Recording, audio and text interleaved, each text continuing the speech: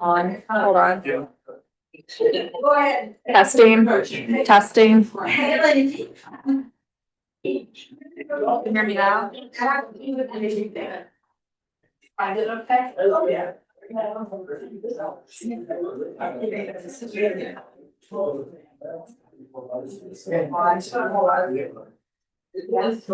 Testing, testing. Oh, that was weird. I could hear it. Now.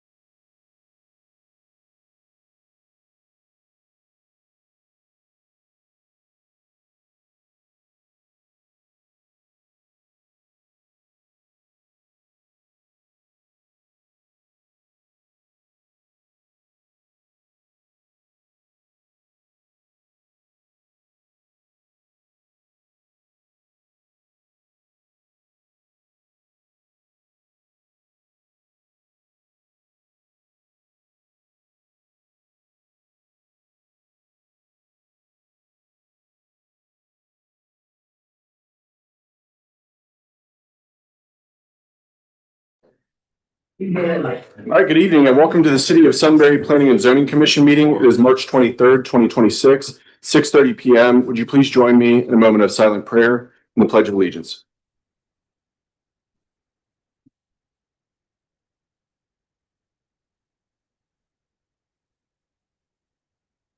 Good evening, welcome to the City of Sunbury Planning and Zoning Commission meeting. It is March 23rd, 2026. Amen. 6:30 p.m. Would you please join me? Stop playing. It can get better from here. Ready? All right, good deal. I pledge allegiance to the flag of the United States of America and to the republic for which it stands, one nation, under God, indivisible, with liberty and justice for all.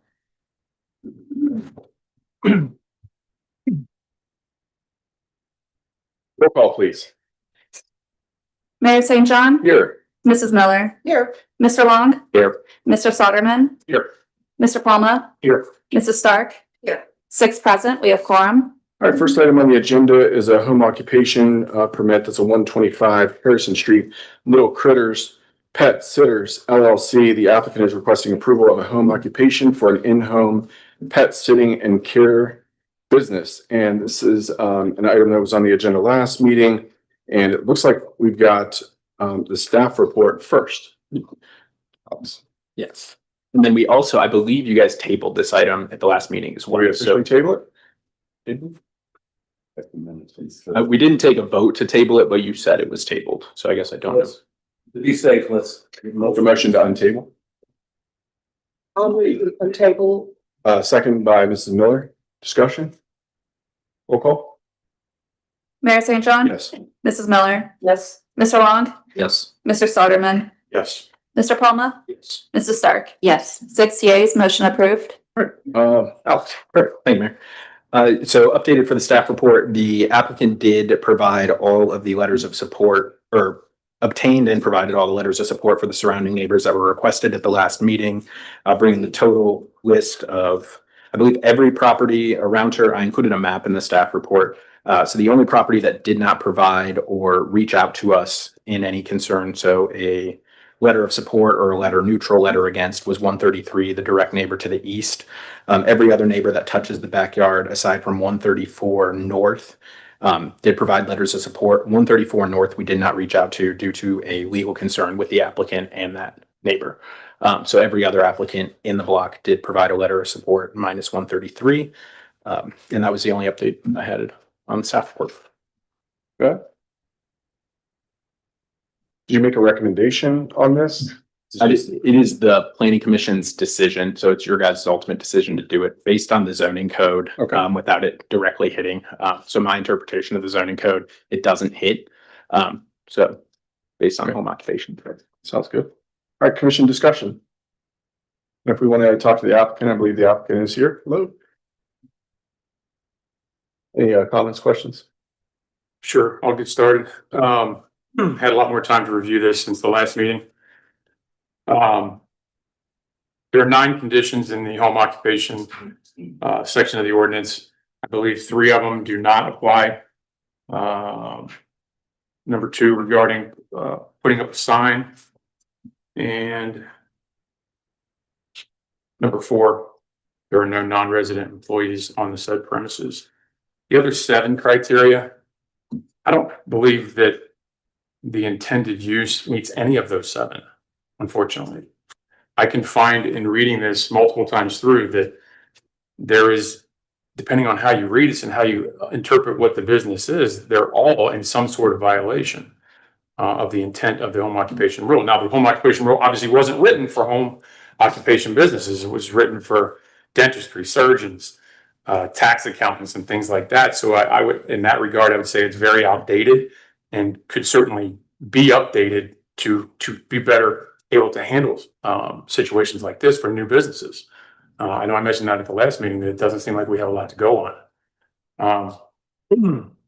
With that said, I do feel that the request brought by the applicant is a little too open-ended for my taste, personally. I don't know about anybody else's opinion, but I think the request we focused on a limit of 10 client dogs as well as 6 personal dogs. That number kind of seems a little crazy to me, to have 16 potential animals, in a R3 zoned, low density residential area. So I guess the thing that I would recommend doing is applying some type of conditional use to this where there is a cap. Maybe it's total dogs, owned and client dogs, so that it's just not this wild west of animals in the neighboring yard. Because the testimonials are great, but there's nothing in the ordinance that said testimonials factor. You know, it was great that she reached out, that we reached out.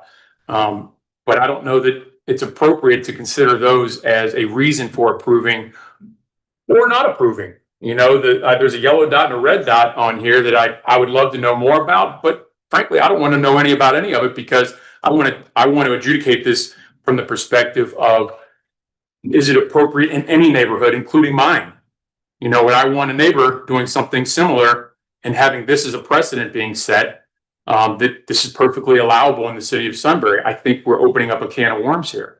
So I want to give everybody else an opportunity to speak on this, but that's my top level response to the request, that we have to put a little bit more arms around this as a P&Z commission to say, okay, there is a limit to what we're going to permit. Do we have the ability to add stipulations? I mean, this isn't a conditional use, it's a home occupation. Can we get a little bit of background on that? As per the ordinance, no. The conditional use, as Mr. Stoudemire's referenced, I believe that the ordinance would be broad enough to potentially allow this to be considered by this board as a conditional use, but that would require a new application being submitted by the applicant, and then a hearing and proceeding down that path. So as a home occupation, really the commission is confined to review the ordinance as Mr. Stoudemire and the commission members are doing, and apply it as to whether this requested occupation conforms or not, would be my opinion on that. My question is, if we today were to vote yes, that, you know, this applicant was able to move forward, and then 6 months from now, somebody in your neighborhood does want to also have the same business, would they again still need to come in front of us and apply, you know, to do the same thing? I believe so, yes. So does that, and this is me being new here, asking this question, would that just alleviate concerns in that way for us and the community? Do we? As it like, it doesn't set a precedent? Is that what you mean? Correct. Yes. I think these are evaluated on a case-by-case basis. Is that Case by case. That's a good way. Yes, that's correct. Okay. It's a case-by-case basis, but if the same type of documentation at the same level, we would be hard pressed to say no at that point. We are looking at revising our code. And so that could be something that could be added, that we enhance that area.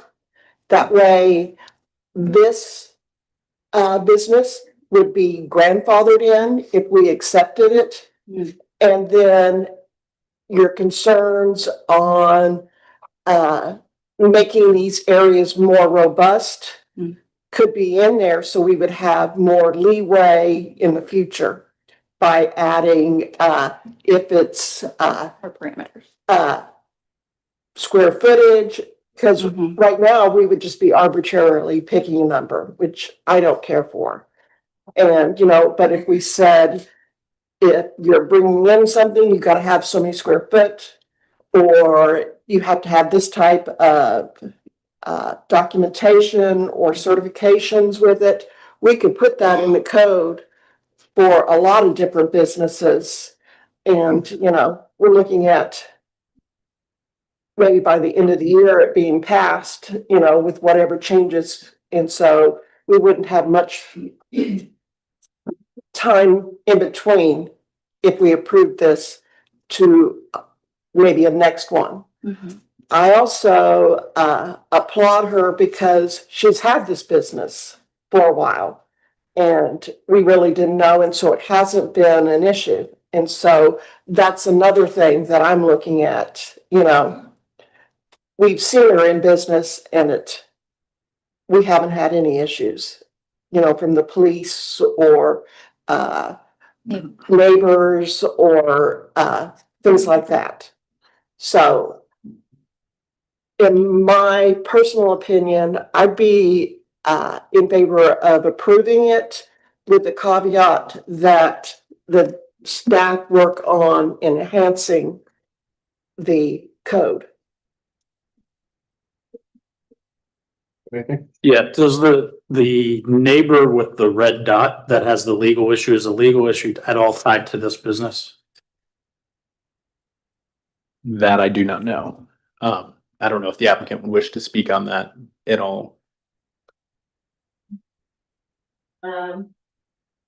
It is not related to the business, no. All matters. Just Yep, personal yep, stuff. yep. I had one other thing I was gonna mention real quick too, since we were talking about numbers of dogs. And I know that you're looking a lot on the actual code and how it's written, but I did wanna mention that I say up to 10 dogs, but I do keep in mind which dogs they are, and since I know a lot of my clients, a lot of them are repeat clients, I know who does well with each other, so I'm not gonna have 10 Great Danes all at once, or 10 hound dogs all at once. I'm really mindful of that, and that's kind of why I just threw up the number 10. That was just my addition. Thank you. Thank you. Thank you. Is the number 10 in the application certificate of use? Maybe I have overlooked it. I know it was in our presentation. I don't see it on the application. So how is that rolled into this? Is it? With the submitted application of materials, that would be included with the certificate of use, right? Would that be limited by that? Is that part of her submittal, the 10 dogs? Yeah, it was in her submitted packet. Yes, then that would be what you would be approving is what submitted with her application. So if it is limited to 10 dogs, that would be what the home occupation would encompass. Does that get written into what's in the file? Or is it just a stack of documents that they're all part of I guess I'm just wondering, how does the next Planning and Zoning Commission know that 10 was part of this if it's not on the application document? The application of materials would be included all in the same file, all in the same packet. It wouldn't be on this application directly per se, but it'd be the included materials with it. Okay. Did you want to add anything before I? No, I share the concern on probably the number of pets as well inside the residence, whether they're your personal pets or your sitted pets. Knowing that there's 6 personal plus the ability to have 10, plus I believe there were other pets in addition to that, such as turtles and snakes and so forth, that I do feel there should be probably a tighter limit on the number of pets if we do proceed forward. Lower than 10. Can I just ask a question? Where are you guys coming up with the numbers? I get the square footage, like the use of the home, and like the percentage of the home, but where are you gentlemen coming up with like less than what she's proposed? Why do we think it's appropriate? Sure. Yeah.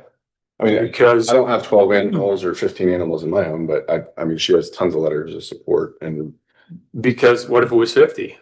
I mean, you have to draw a line somewhere. I mean, I'm just highlighting the fact that we don't have any ability to manage once it becomes out of control in one of the neighbors' opinions. It's just, I would like to see something more in writing, in black and white, that says, yeah, you can have 10 total animals. It could be 10 client dogs and none of yours, or 5 and 5. Just pick a number. I mean, I understand what Ms. Miller said, that picking a number out of the clouds is not an appropriate way to pick it. I wish there was some reference material where Pet Sitters International said, hey, if you're going to run this business, here's a reasonable number that you can expect to get approved in a municipality.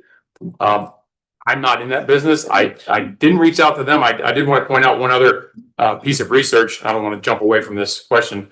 I did some additional research. I reached out to a couple other planning and zoning commissions throughout our area, and I did get an interesting response from City of Columbus. City of Columbus, when I asked, hey, I kind of described the situation. I said, how, would you handle this situation? And they don't issue certificates of use for home occupations. They just say, you will follow the rules. We have 9 rules. I think they have 8 rules. There's a lot of, they're pretty closely written. They were probably all written from the same book.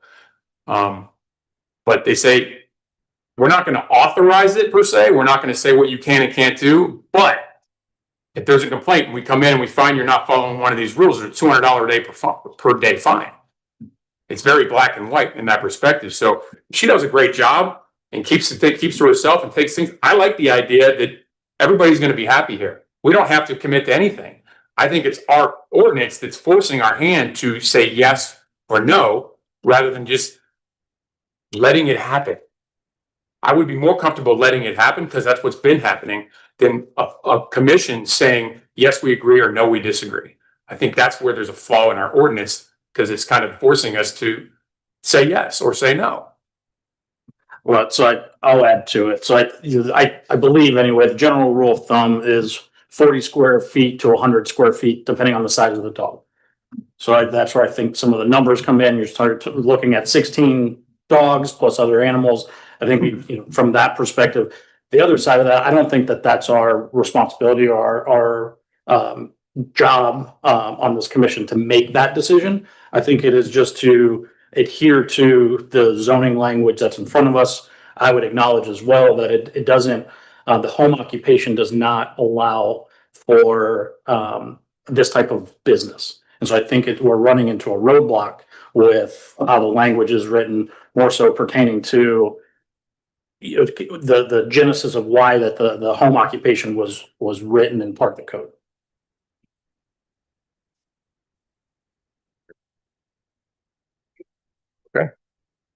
Any other feedback? Comments, questions? Any questions for the applicant or staff? Well, I'll throw just to get us to get a vote. I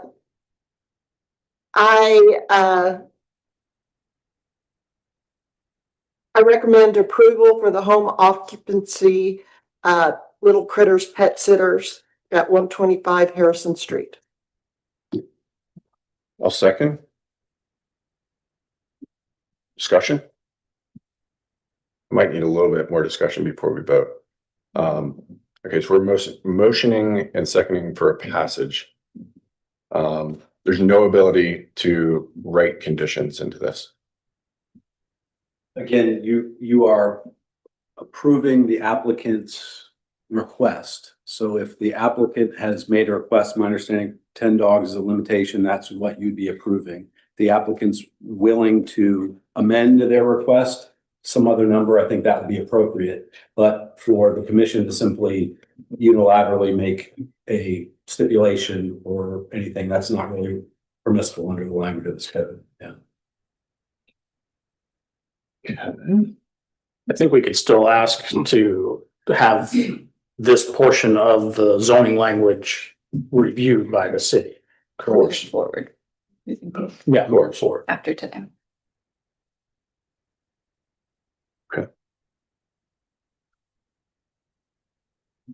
Roll call. Mrs. Miller, Yes. Mayor St. John, No. Mr. Long, No. Mr. Soderman, No. Mr. Palma, Yes. Mrs. Stark. Yes. Motion does not pass. It's 3-3. Motion denied.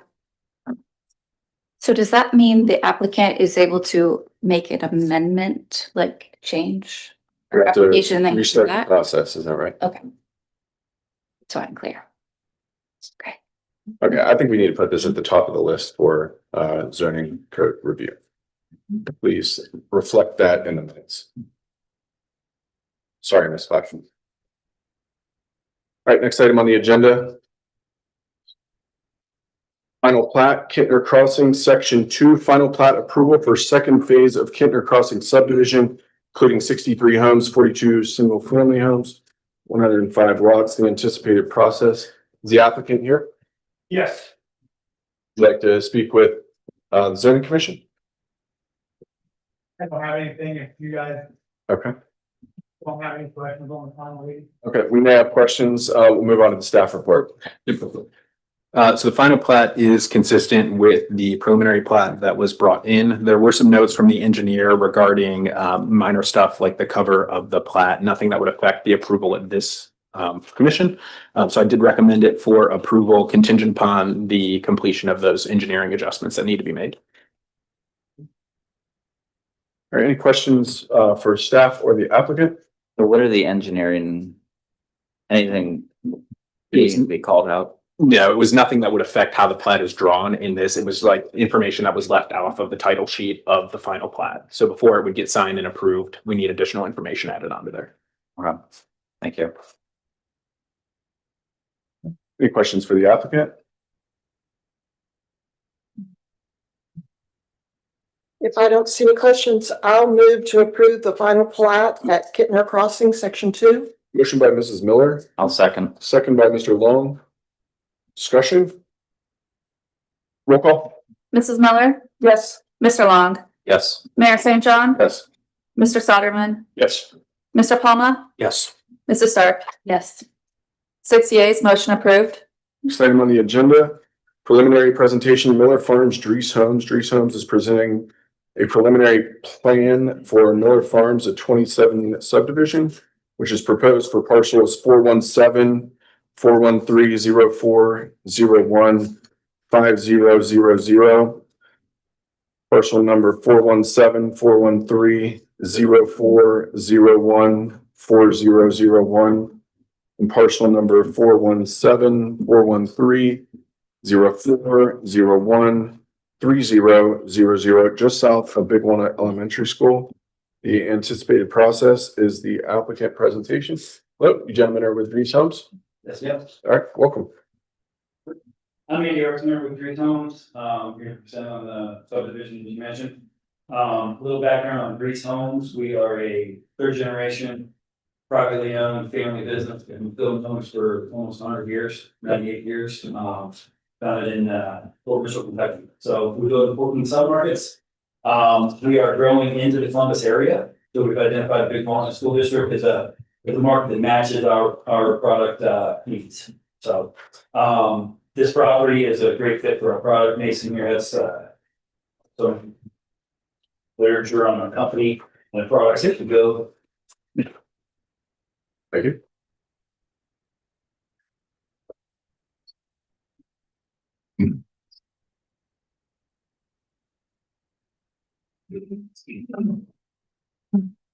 And I'm Mason Ward, land acquisition manager.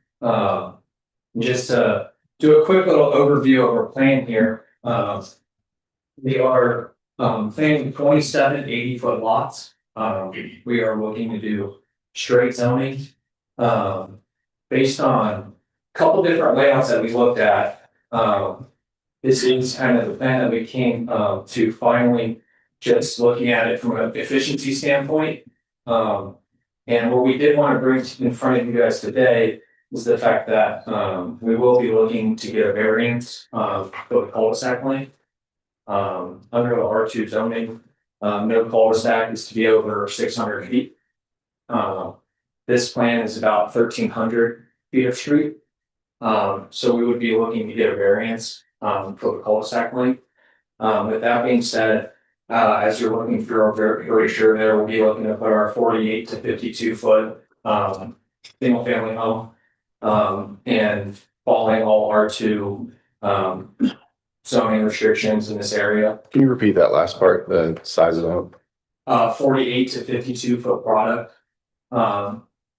Sorry, it'll be 4th or 5th page in there. It'll be range from 2,500 to 3,400 square feet homes. A little bit more background, I guess, on us in general. We are a semi-custom builder. We do at a production scale, but we do offer a good portion of customization. And that will reflect in the houses that will be built at Miller Farms. I guess we'll go ahead and say too, we will be changing the name. It's currently under Miller Farms LLC. They're the seller. Miller Farms is also in my community, so we are working on name change to avoid confusion there. Assume you looked at, not going with the variance. What did that do to the site plan? Yeah, so basically, we looked at it a couple different ways, and with the 80-foot lot, economically speaking, the cost of development and infrastructure basically makes it so you have to go with a lot more density. So in order for us to keep it with 80-foot lots, straight zoning, basically this was the only way that we would be able to make it work based on the infrastructure costs and amount of street that we'd have to put in. This is comparable to like a Magnolia Park, Yes. is that right? Okay. Yeah. And that subdivision also has a cul-de-sac that I think is longer than, I don't know, 600 feet or something. Okay. I remember that one. Does that sound right? Yeah, it's over 600. I don't know the exact length. Any questions for the applicant? And sorry, the informal presenter? I see you have only one, it looks like an access point to your basin or kind of green area. Are you planning on doing anything with that area? At this point in time, well, I guess a few different things. We're looking at putting a potential access back to the trail back there and potentially back down to this pond. We still haven't gotten into any landscape plans or anything. And we were looking for some comments before we were to move forward with that. I have a few questions and comments. We'll start with the pond. Will it be able to fish? Will families be able to fish in the pond as a stocked pond type of situation? Yeah. Yes, I would love to see benches. I live across from a pond. I love it. We have families all the time. I love to picnic around it. But having benches would be fantastic. So that's my 2 cents. So you said 2,500 to 3,400 square foot homes. What do those usually cost? Tell me about the cost ranges. Yeah, I think. Yeah, the product we wrote, put in here, started around 600, but like Mason mentioned, one of our unique selling positions is our customization, so we do offer our customers the opportunity to upgrade quite a bit, so that price range should exceed, approach 800 or above. Okay. And my last just initial questions is about time frame. If I were to be a customer of yours, from breaking ground to finishing the home, me walking in, what does that time frame look like? And then also, what does the time frame look like for the development for breaking ground to being completed and fully filled? If that makes sense. So speaking to the home building process, our goal is 2 months from contract to start. So if the new homeowner comes into the sales office and purchases a home, from the time we write a contract to the time we obtain permits, go through our design selections, should be 2 months. The actual build cycle, our target range for a product this size is between 120 and 150 goods. Okay, and what about the development itself?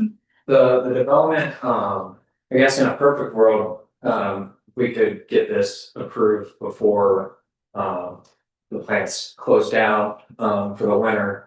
We would get streets in this year and start selling homes hopefully around the start of this year, or sorry, next year. Okay. That you never know. Most likely we end up putting streets in next May, June when they open back up. We would probably look to sell out of this community within 18 months. Thank you. Is it, you don't need emergency access due to the number of lots, is that right? Correct. Okay.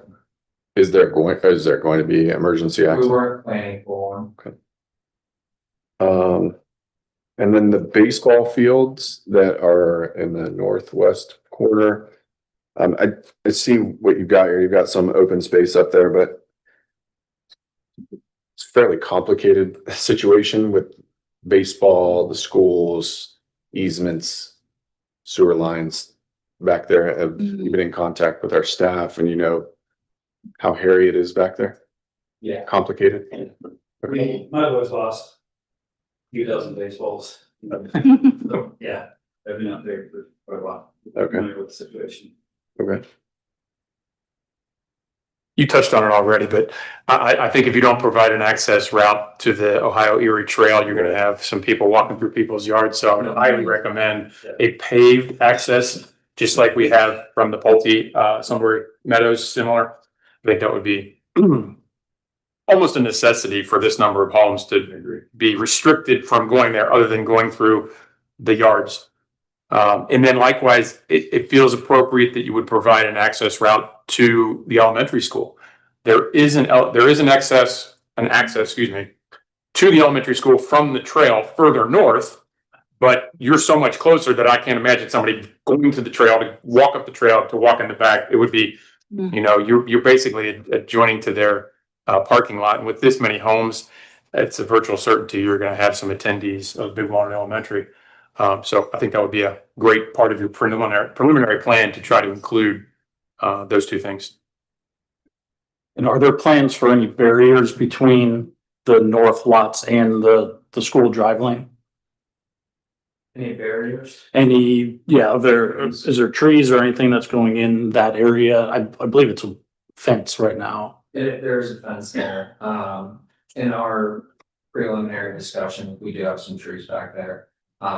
We don't have full certainty what that's gonna look like. We've already spoke to all the neighbors, and we do have some buffering going, on the far east side there. But we haven't had official discussion on the north side there. Okay.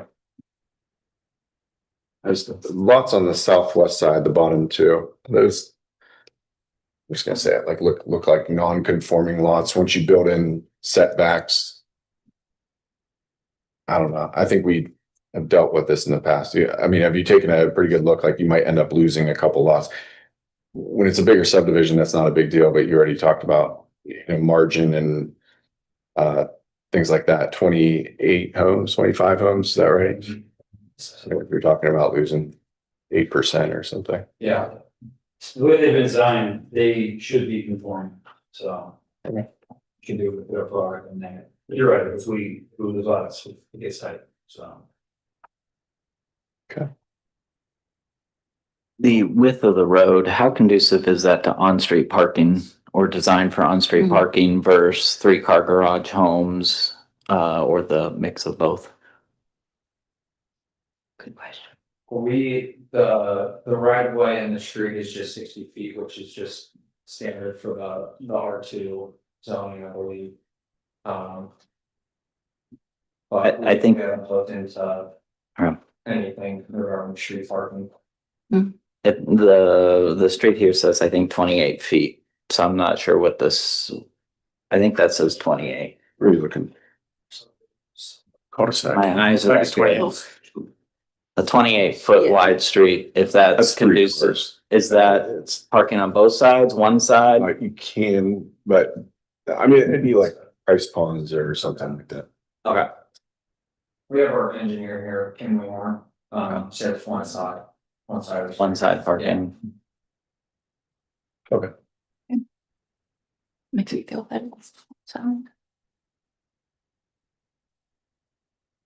I agree with all the feedback. Definitely trail connections to the school. We should probably get you connected to the school. Anything else? Connections to the ponds or requests for benches at the ponds. Will we get a more refined view of this before you come in for a formal application? Sure. Okay. That'd be good. Any feedback from staff? All right, thank you for being here. Have a good evening. Take care.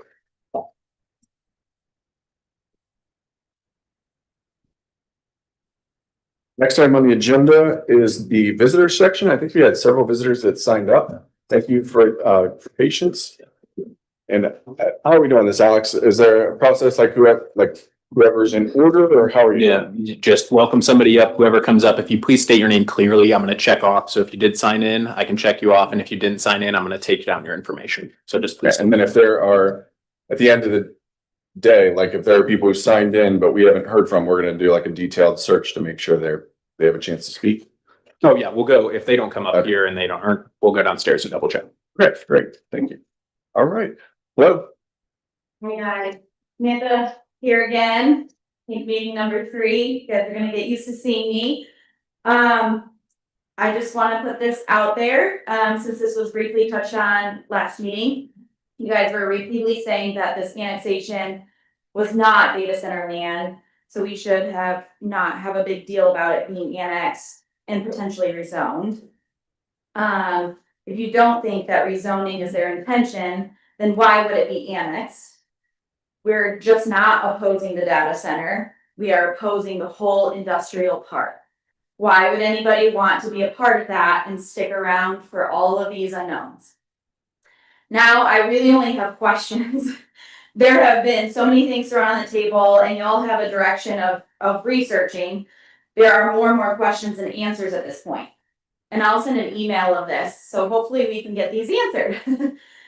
Since this is not a discussion forum as clearly made before. So what are the guidelines for these tighter codes regarding water pollution, air pollution, sound pollution? Why are hundreds of acres being rezoned for industrial use? If we don't know what's going on in the industrial parks, we don't know what's coming, then why are we allowing it to all be rezoned? Are you planning on having the rest of the industrial park with these strict regulations made specifically for the data center? Because data centers aren't the only things that cause pollution, health issues, property loss, etc. Are we expected to come to all these meetings and fighting you guys each time a new company comes to you and wants to put something in? This stress, time away from our families, time wasted, because clearly the public has spoken, we don't want this here. So is there gonna be years of this? I don't, please consider that, because it's very stressful. Can we get a whole meeting on this industrial topic? One where the public votes, ones where questions are asked and actually answered. These city council meetings and rezoning meetings clearly aren't doing it, right? We just come and talk at you and there's no actual answers coming back. Why is it taking so much time to research? I can put things into ChatGPT and come up with hundreds of articles, research studies explaining these kinds of things, explaining the health hazards that these data centers, these industrial parks have on our community. Why is this taking so much time to delay things? I think you guys already know the issues with these things. The real answer is, what are you going to do about it? Let's just come up with a solution and not drag this out. Our lives are on hold. Thank you. Thank you. 1 second, I wanted to clarify something I should have earlier. This is the Planning and Zoning Commission. This is the group that met on February 23rd. And 4 of these folks, these are volunteers. Mark is an elected official. I'm an elected official. This is the second time that they've heard you. The first time was the first public hearing we had, public meeting, right? Mm-hmm. And yeah, so I know Daryl Hennessy is going to speak after this and basically recap, I believe, the feedback that we heard in the first Planning and Zoning Commission. And this does take a lot of time. I wish it was as easy as we could just plug it into ChatGPT and have the answer, but it's not that easy. We are getting a lot of information back. And sorry, I didn't mean to stand on a soapbox, but just wanted to be clear. This is not City Council. This is the Planning and Zoning Commission. Thank you. Hello, Mrs. Meeks. I'm Denise. I live in Trenton Township, 1.25 miles from the proposed data center. I used to believe that data centers were just quiet warehouses full of computers, but as we've seen projects like the Amazon sites in Hilliard, these facilities are essentially high polluting power plants in disguise. I'm here to address the 150 plus diesel generators often proposed for these sites and the danger they pose to our community's health and peace. The first major concern is the PJM regional grid strain. Our region is facing a massive energy shortfall due to the sheer volume of data centers projected to be built in the next decade. Because of this, the Department of Energy and the EPA have recently utilized emergency orders that allow these facilities to stop being customers and start being suppliers of energy. During times of extreme winter cold or summer heat, exactly when families are hunkered down at home, the EPA can authorize these data centers to run their generators to stabilize the grid.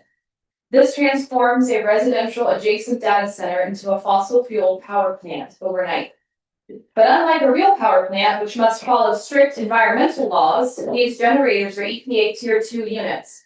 For context, the semi-trucks on our highways were forced to move to Tier 4 standards over a decade ago to eliminate toxic soot.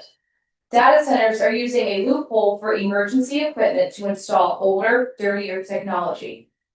Recent studies from Johns Hopkins and Columbia link particulate matter diesel generators to neurodegenerative diseases.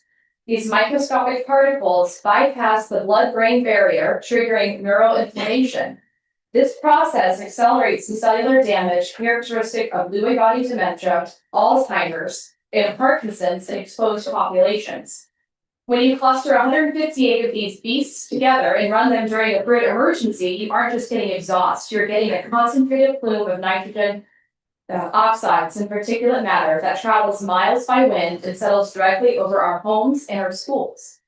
Furthermore, the vibratory pollution is seismic. While truck noise passes by in seconds, 158 trailer-sized engines running simultaneously create a low-frequency drone that standard sound walls can't stop. This vibration travels through the ground and into the very foundations of our homes. Sunbury and Trenton Township should not be the overflow for a strained regional grid at the expense of our air and our sleep. I urge this board to require that any developer proposing these systems be held to Tier 4 standards at a minimum, and that a full study be conducted on how these emergency power plants will impact our community when this grid hits its limit. We deserve a neighborhood, not an industrial exhaust zone. Thank you. Thank you.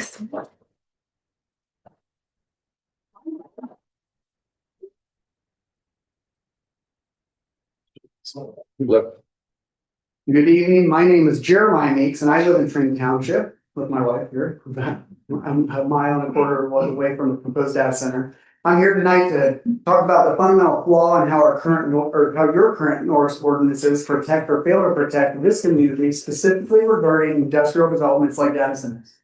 Most zoning codes, including yours, measure and use the A-weighted decibel scale. The A scale is designed to mimic human hearing, which is naturally deaf to very low frequencies. It literally filters out these deep low-end bass because we don't hear it as loud as whistles or a human voice. However, data centers don't just produce noise you hear, they produce vibration you feel. This is low frequency noise, often referred as C-weighted sound. While the decibels A-weighted meter, while the decibel A-weighted meter might tell you a data center is quiet as a library, the decibel C-weighted meters measure that low-end energy and would tell a much different story. Low frequency sound waves are like ocean breakers. They are long, powerful, and they do not stop for walls, windows, or traditional sound barriers. While high-pitched noises are easily blocked by a dirt mound or a line of pine trees, these low-frequency drone waves pass right over the barriers and through your home's insulation and your bedroom. The health implications are not theoretical. The World Health Organization has noted that health effects from low-frequency components are more severe than general noise. Because these waves are constant, 24 hours a day, 7 days a week, they cause vibroacoustic disease symptoms, which include chronic sleep deprivation, increased cortisol levels, migraines, and cardiovascular stress.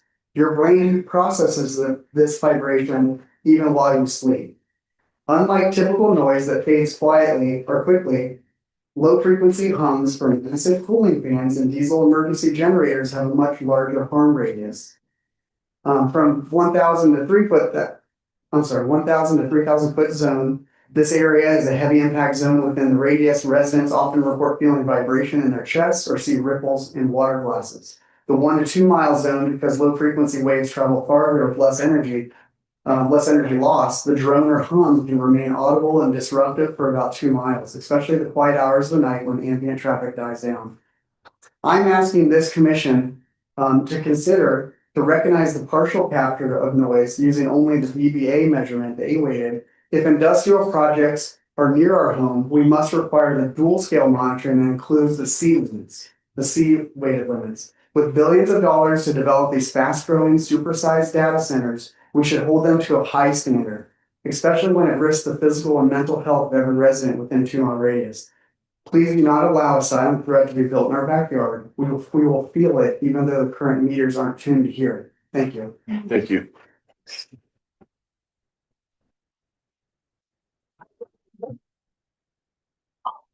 Evening. Maybe someone knows, and I was here a couple weeks ago. I have some similar information, but then I have just a few questions as well. So, I am also a resident of Sunbury, and I am very deeply concerned about the constant noise pollution that the proposed data center, campus, and industrial park would impose on our community. And I urge the council and our development entity to demand strong protections before any approvals move forward. Data centers generate significant unrelenting noise, primarily from massive cooling fans, HVAC systems, backup generators, and servers.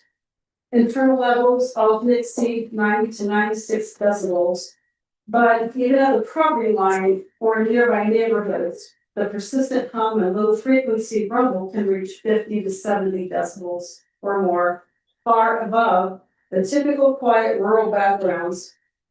Research and resident reports from communities near data centers shows chronic 24/7 exposure leads to serious long-term health consequences, disrupted sleep, chronic headaches and migraines, elevated stress, anxiety. I'm already stressed about the prospect of this, just, where we're at right now.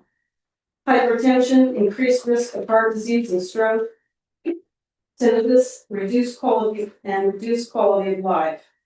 Low frequency noises, particularly insidious. It penetrates walls and windows, affecting the brain even when barely audible, causing nightmares, fatigue, and other issues. So we need some clear commitments from the council and developers. How exactly will you protect Sunbury residents from this? Will you require proven effective mitigation methods that truly prevent noise from penetrating our homes and neighborhoods? And a few questions. If this development actually happens, what recourse will we have if our living conditions become intolerable? For many of us, our homes and property are our single greatest asset or investment.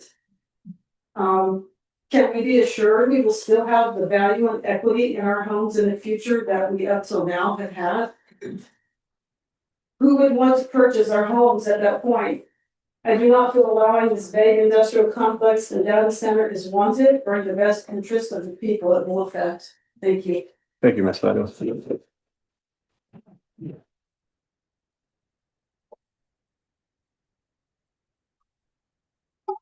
Hello, I'm Molly Ammersalder, and I live in Liberty Township in Licking County. We share Sunbury's infrastructure. And I would just like to point out some things on the flip side as far as what these data centers are doing to our wildlife.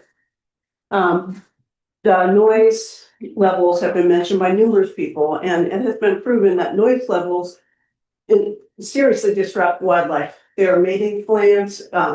It can cause insects to be disrupted as well. The birds, nesting has been disrupted by noise levels from the data centers. The data centers in Johnstown, even the ones that aren't in use yet, make so much noise. I have a friend who lives on Green Chapel. She's already experiencing headaches and disrupted sleep. And another thing is the light pollution. It disrupts migratory patterns. It disrupts nesting, disrupts insects. It's been known to kill insects. And we are at a crucial level of, many people might not realize it, but insects are extremely important. They feed our birds, they feed our wildlife, they pollinate our plants. Light pollution is killing them. And trees, these developers are taking trees down. We lost 11,000 acres in 2024 of forested land in Ohio due to development, primarily data centers. replacing them with young trees means nothing. Trees take 10 to 50 years, sometimes 100 years to reach full maturity. They provide shade, they provide a shelter, and in that way, they give us 30% reduction on our energy bills. They also provide habitat for wildlife. You know, and I would have to say that one of my major concerns is, what is Ohio doing? Nothing. I mean, there are 11 other states in the United States that are introducing legislation to temporarily ban data centers. Or they are at least investigating it. And Ohio has done nothing. There's many municipalities that have been successful in getting moratoriums against data centers. And I think it's very important that people in your capacity should be paying attention, not just to, you know, like the other person said, we're sitting here talking at you, but nothing ever happens. I was active in Johnstown too, and it was the same way there. We go and talk and say, please, but nothing happens. And it's the same way at the state level. And I've watched my friends who live in Johnstown suffer from the effects of stress, age, have health issues, are in tears. Thank you. Thank you, ma'am.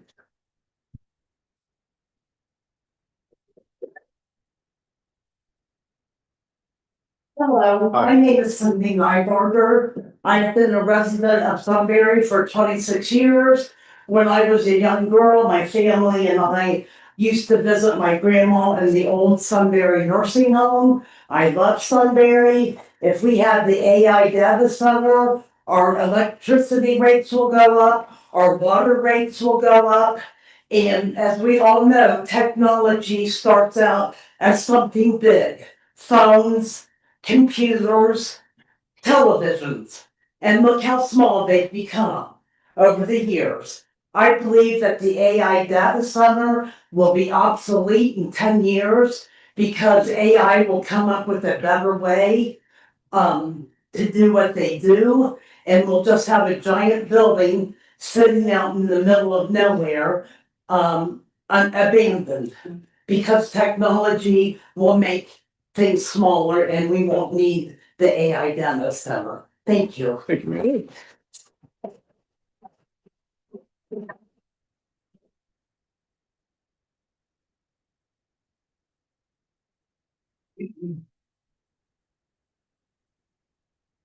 Good evening, my name is Holly Clark.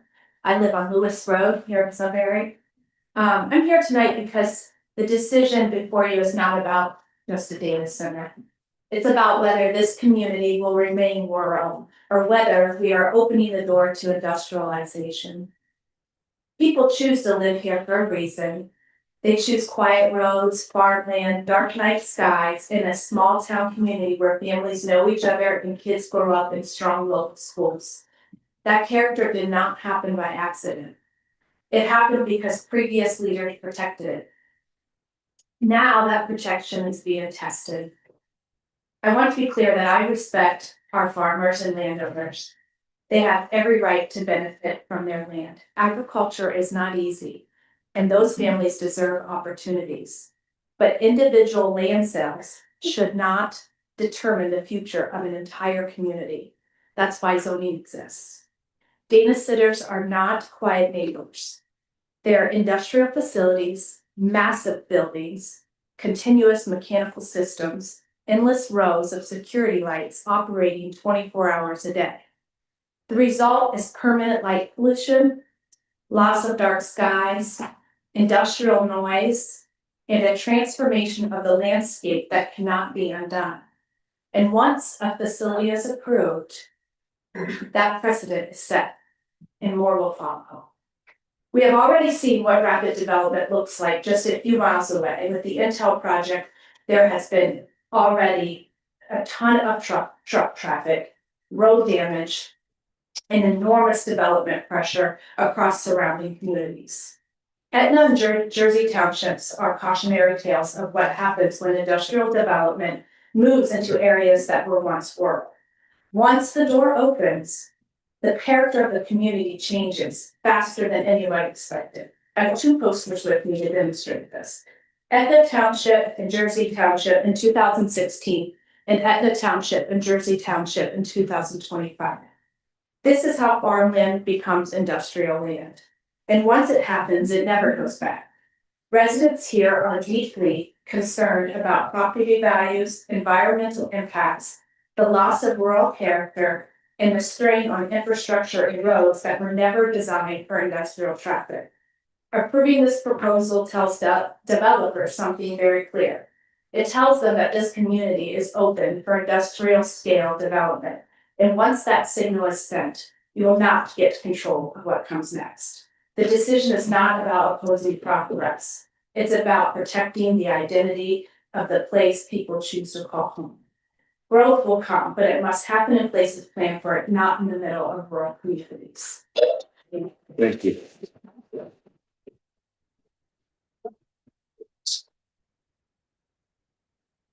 Hello, my name is Michelle Carr, and I believe I'm related to you somehow. I'm not a resident here, I'm a resident of Jersey Township, grew up in farm family, Bob since 1911. I have lived with what's going on, with New Albany basically taking over Jersey Township. Jersey Township basically doesn't exist anymore.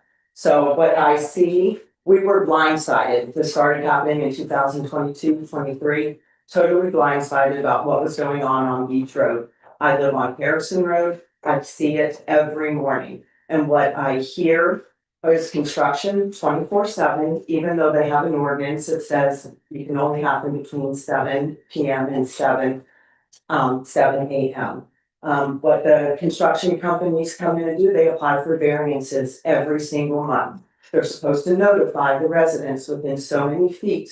We never get notified. I have contacted the city manager, stating that this construction is going on 24/7. They say, oh, we'll take care of it, we'll talk to them, they shouldn't be doing it. It gets better for about a week or two, then it starts up again. I went out at 4:46 in the morning for beeping of, the constant beeping of trucks.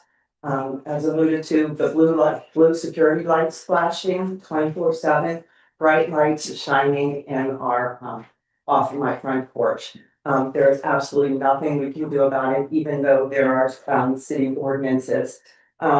Other unintended consequences that I think everybody should know about, the constant traffic, the running of buses up and down Harrison Road, Beach Road, transporting workers to the construction sites, the dust that is produced all over our cars and our homes from all the construction that's not being cleaned up. There's noise ordinances, which there's certain decibels, they go over those decibels, I complain about it, they say they're gonna build up walls. I see you do have an ordinance that construction hours are between 7 p.m. and 7 a.m. if I'm finding that correctly, unless express written permission is granted by the city administrator, so I want everybody to be aware of that. These construction companies can go to the city administrator and ask for a variance. I don't know what your time frame is, but it's, and New Albany has an ordinance that says Monday through Saturday. I don't see any days of the week in your ordinances, so if that should occur, I think everybody needs to be aware that construction companies basically can work 24/7, and it's very intrusive to the peace and tranquility that we thought was country living when we first moved out there. So thank you. Thank you very much. So,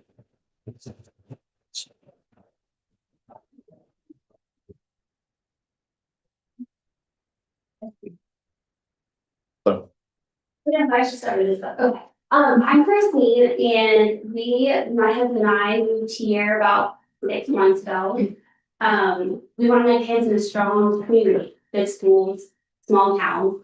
And we heard data center and our hearts dropped. We felt we didn't know where we belonged anymore. We thought we found home and that vision was gone. I think one of the things I'm most concerned about, and I think you guys know about this also, is the by right land registration. And the by right land registration. And what that does is it streamlines development by allowing projects, as long as they are proposed and they follow all the zoning guidelines, they're very hard to stop. And cities can face lawsuits from those companies because technically their proposal follows zoning guidelines. So how you zone that land is so important, and what you decide to allow on that land, because it could go in motion and no one's able to stop it. Because technically it fits.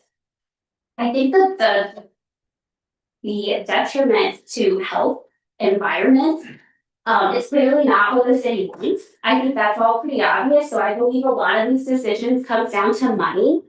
I think most things come down to money, and if you want to talk about some of that, electricity bills will go up. It is not long-term employment.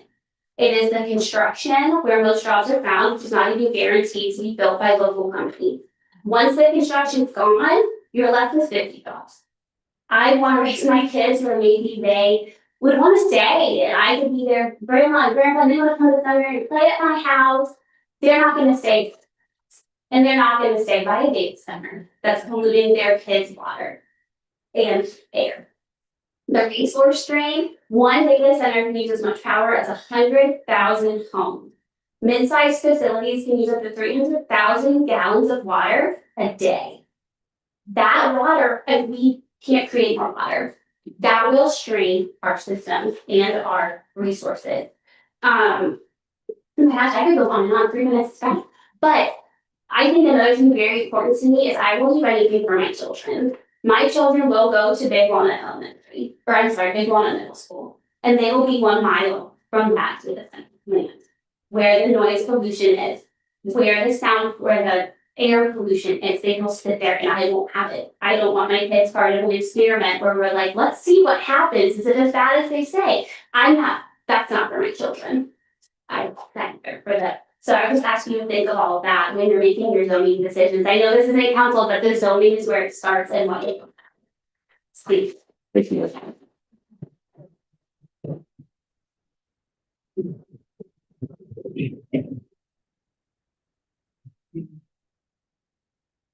Good evening, Annette McMurray, 3690 Redington Road. I'm a longtime resident, 40 years. I've seen a lot of changes over the years. Solicitor Green talked about a lot of people don't want Sunbury to grow, they want it to stay the same. I don't fall in that camp. I do think that we need to have growth. It's important for our community, but that growth needs to be responsible.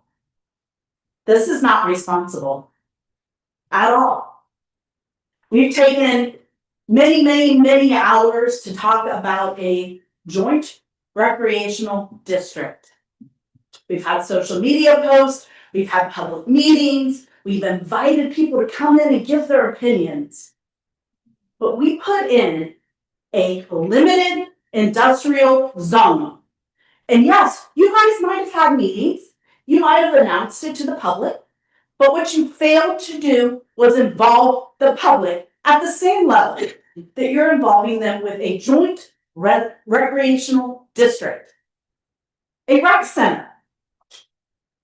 This data center, this limited industrial zone will impact everyone in our community, not just the people a mile away.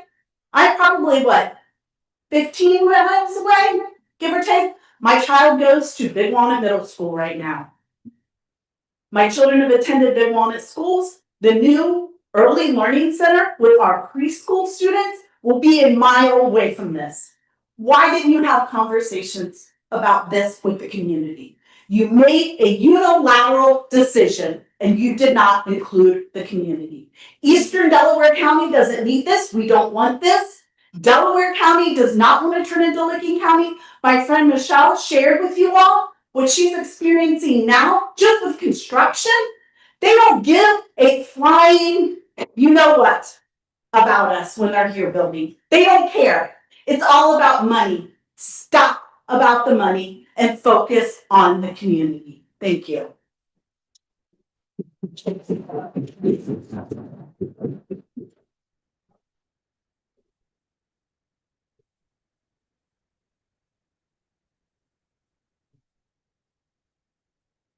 Good evening, my name is Sheila Soda. I live in Galena.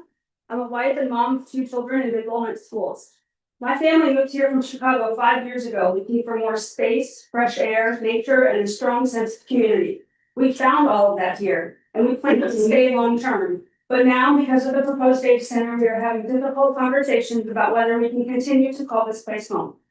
I'm concerned about the very real impacts this project could have on our daily lives, especially increased noise and light pollution that can disrupt sleep and affect long-term health. I'm also concerned about the strain on utilities and what that could mean for residents in terms of cost and reliability. Beyond that, there are broader concerns about environmental impact on both people and wildlife in our community. This isn't just about my family. I have elderly parents who had hoped to move closer to us to be near their grandchildren. Now they are hesitant to invest here because of the potential changes this development could bring. I know they are not alone. Others who might have chosen to move here are now reconsidering. I understand the desire for economic growth, but growth should align with the values that brought families like mine here in the first place. If the goal is to strengthen our local economy, I would encourage exploring development that supports residents directly, such as grocery and retail options like a Trader Joe's or Aldi or Walmart, that keep spending within our community. I respectfully ask you to consider the long-term impact on the health, stability, and the character of this community, and to make a decision that preserves what makes this area such a special place to live. Thank you for your time and consideration. Yes.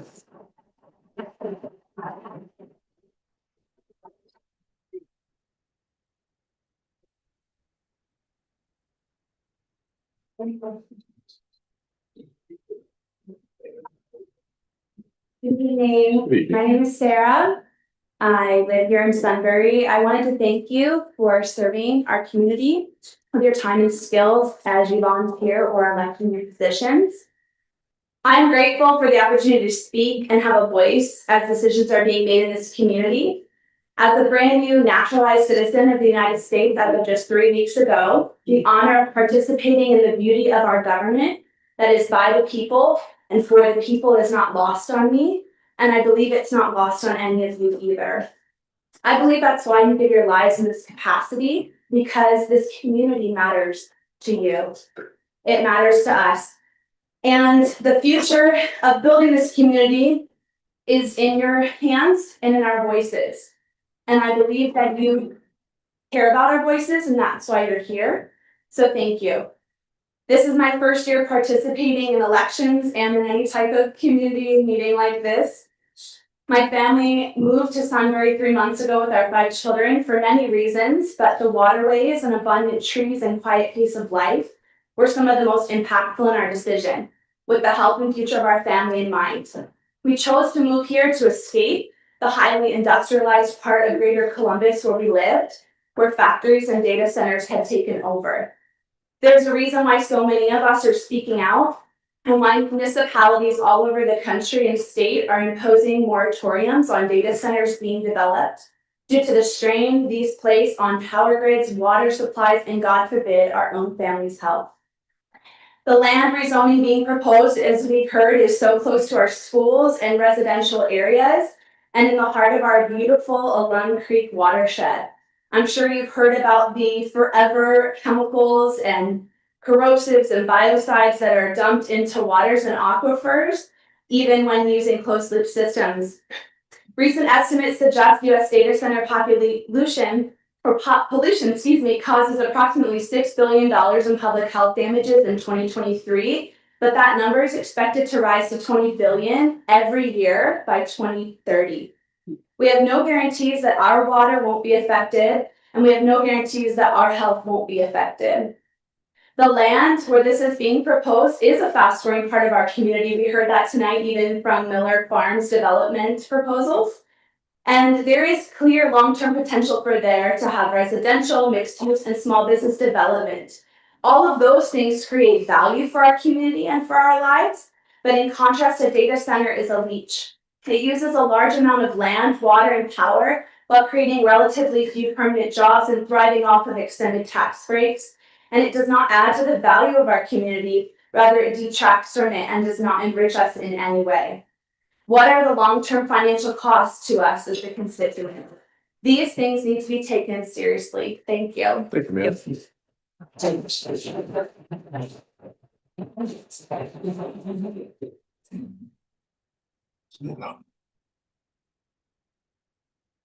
Good evening, my name is Joe Fuller and I'm from Sandburg, Ohio. I bring my entire family to Sunbury to go to restaurants, to enjoy the amenities that we have here. And basically, the reason why I'm here is because I see firsthand what happens at the data centers. I work in them.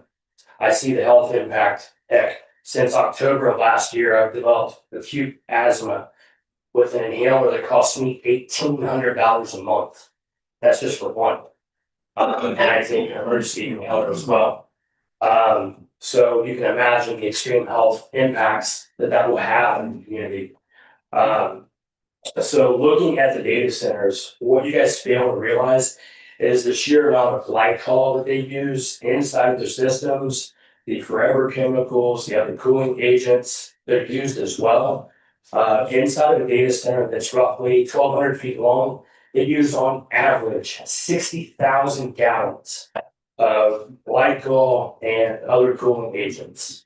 I've been inside of a data center where there's been an extreme spill, where there's been roughly 1,200 gallons of glycol, and EPA wasn't called. None of it happened. So you can imagine the mess that would create inside a community, especially with the waterways that are so close to Sunbury. You've got Hoover Reservoir here, you've got Allen Creek over here, you've got the aquifer right below us that's going to leach into. And once those chemicals go into our aquifer, they're going to be there forever. It's going to affect everything that happens here as far as your green spaces, how things grow, the way the community thrives with things. And these data centers, they don't hire from your community. Those data centers hire their selected employees from outside interest. And while we're talking about outside interest, everyone on council is bound by the Constitution. They say an oath to protect and serve with the health and well-being of their constituents in mind. And that is what I'm about to say. Mr. Wilson.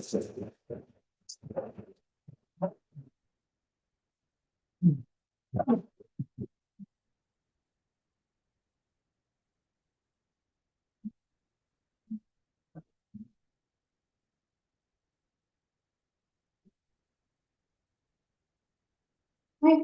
Hello. My name is Leanne Lander. I live on Clinton Road. I have a degree in environmental science from the Ohio State University, but I also worked at BMW Manufacturing. So I have a well-balanced approach to this. I'm not, in either camp, so to speak, but I know how to balance progress with environmental concerns. Okay, I'm short. So trying to find this balance.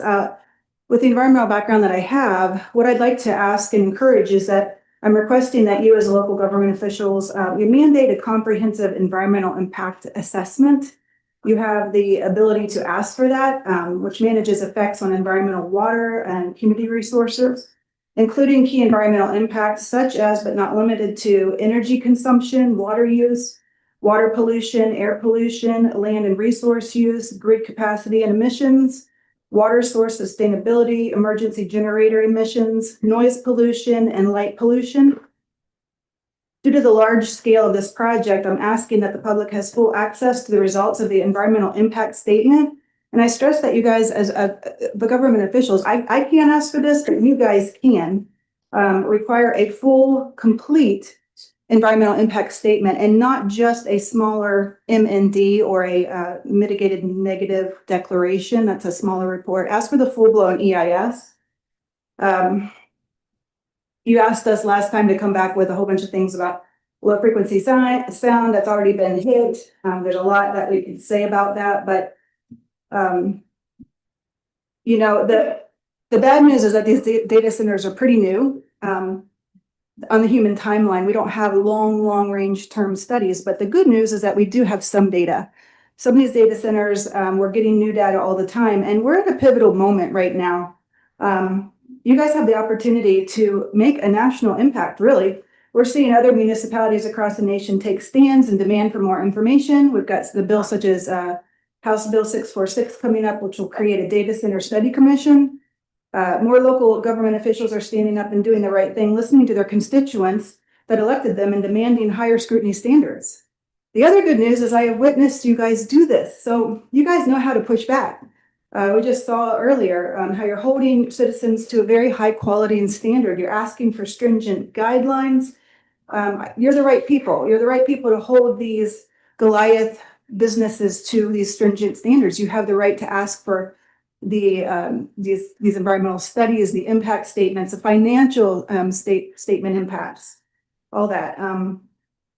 You're gonna have a legacy either way, and you guys get to choose which kind of legacy you're gonna have in the long run. So thank you. Thank you, man.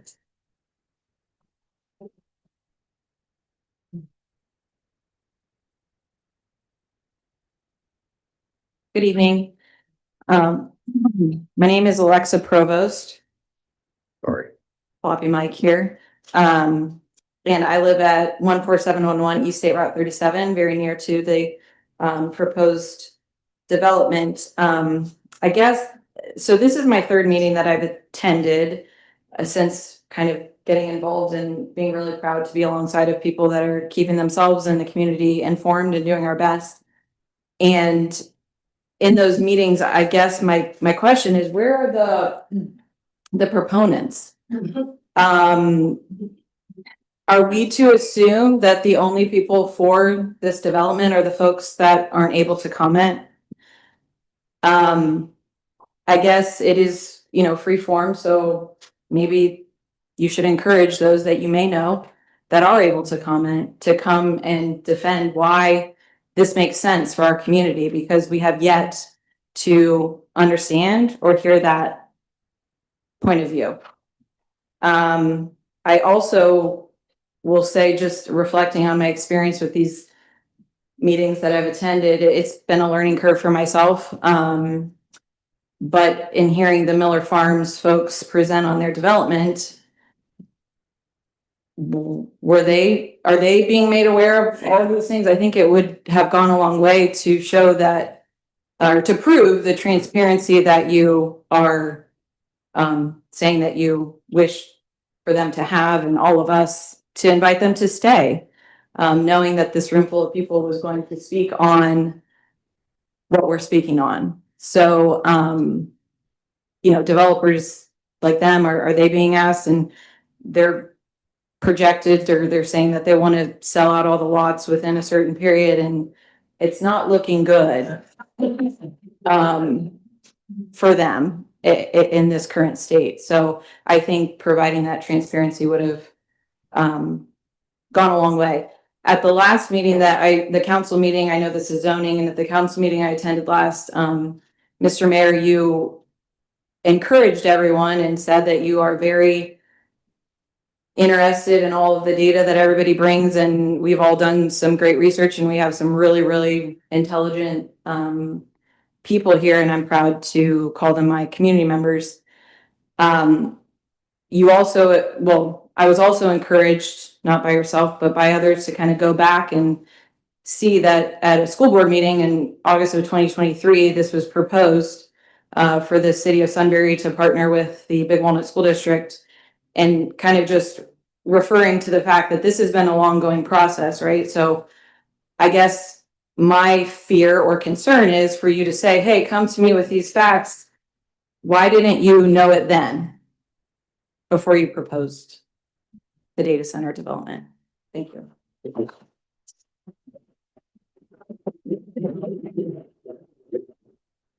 Sorry, I have to come up before I get too nervous. I've never done this before. I'm Olivia. I live in Galena, 10 minutes down the road. I got 2 kids.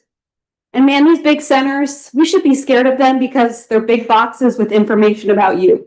That's all it is. It's just data about you, where you go, where you live, who you talk to, video surveillance. That's scary.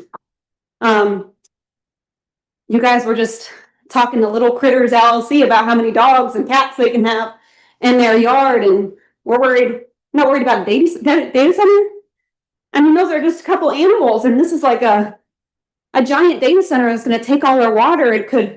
We could possibly be out of water in like less than 30 years because they have to use fresh water. They can't use, ocean water. They've got to use fresh water to cool it down, and then the water's gone. It turns into vapor because it gets so hot. And I've got 2 kids, and we're trying to move out of Galena, and we're considering Sunbury, Centerburg, or now I don't know where to go. Might be safer in a city than out in the country where the fresh air is supposed to keep you healthy in the cornfields. And sorry, I'm so nervous right now, but I don't know how to say this other than you guys work for us. And this room is packed. And downstairs is packed. And the Facebook groups are packed. And there's reels and reels and reels and videos and people all over America who are saying, we don't want this. We don't want this. And so I'm asking you guys to stand with us. I'm 27. I should be all into this AI data center stuff. I'm supposed to love it, and I hate it. I don't want it. We don't want it. So I'm just asking you. I don't know. I was listening downstairs, and I don't speak your language because, I'm young and I don't know. This is my first time, but are you saying that you don't have any say in this? Because that doesn't make sense to me. You guys approved the zoning for this, and we need that land for our food. That's our farmland. I don't want food from China. I don't want food from Europe. We need that land. And once that data center's here, it doesn't go away. It's there forever, and it destroys the land. And please do your research. Please look at these other groups all over America, all over these different cities, all over Ohio. There's a reason why so many people are getting behind this. And like that other girl said, there's not that many people that are against what we're doing, except for the people with the billions of dollars. So one more thing I have to say is, I hope this doesn't get on video, but Vivek Ramaswamy wants more data centers, so please don't vote for him. You guys don't want data centers. That's all I gotta say. Thank you for your time.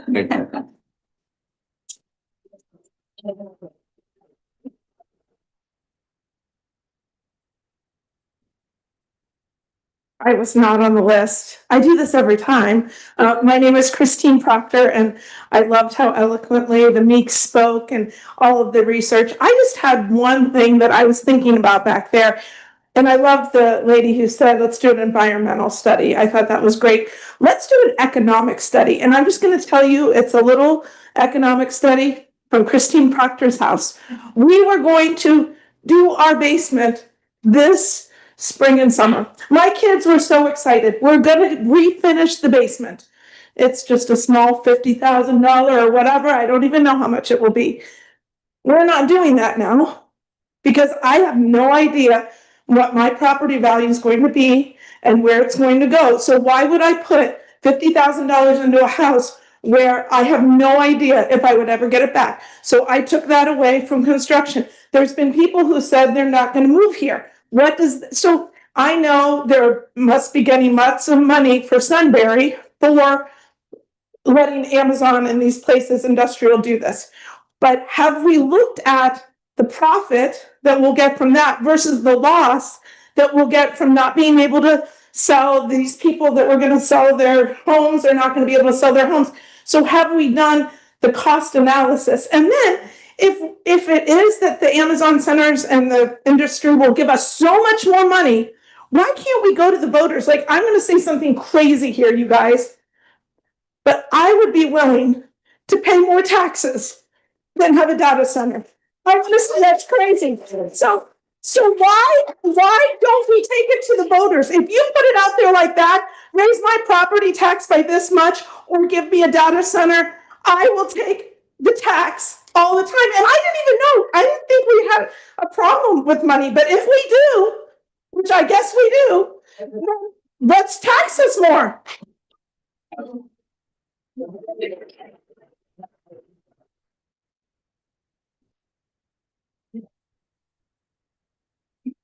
My name is Jamie. I live on Miller Paul Road. First, I'm speaking on emotion again. And I am not for growth. I know that's not reality, but for me, I'm not for growth. I love what I grew up in, and this is no way what we grew up in. So I want to know, why is this even up for discussion? We should be telling them this is what the community does not want or need. How is it benefiting us? The environment and health implications / impact is far worse than anything it could offer. The promise of all these glorious things that should not be in coercion to allow them to be here. I mean, there's nothing that they can offer that we want to allow this to come here. It will only bring ugliness and more warehouses down the road in surrounding farms. We will soon look like the outskirts of Johnstown and New Albany, along with several other cities in central Ohio.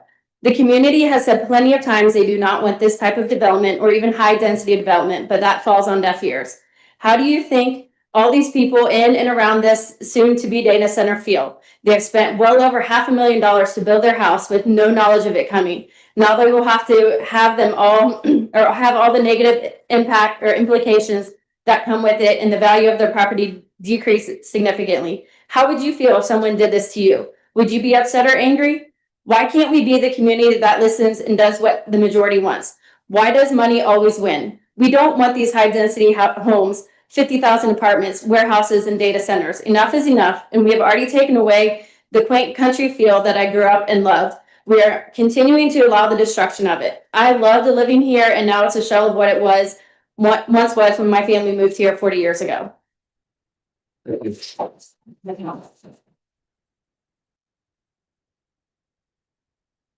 Hi, I'm Patty Shipley, and I operate a native plant nursery from my property on 605. This is my third time here. And I want to be honest about how this process is feeling to many of us right now.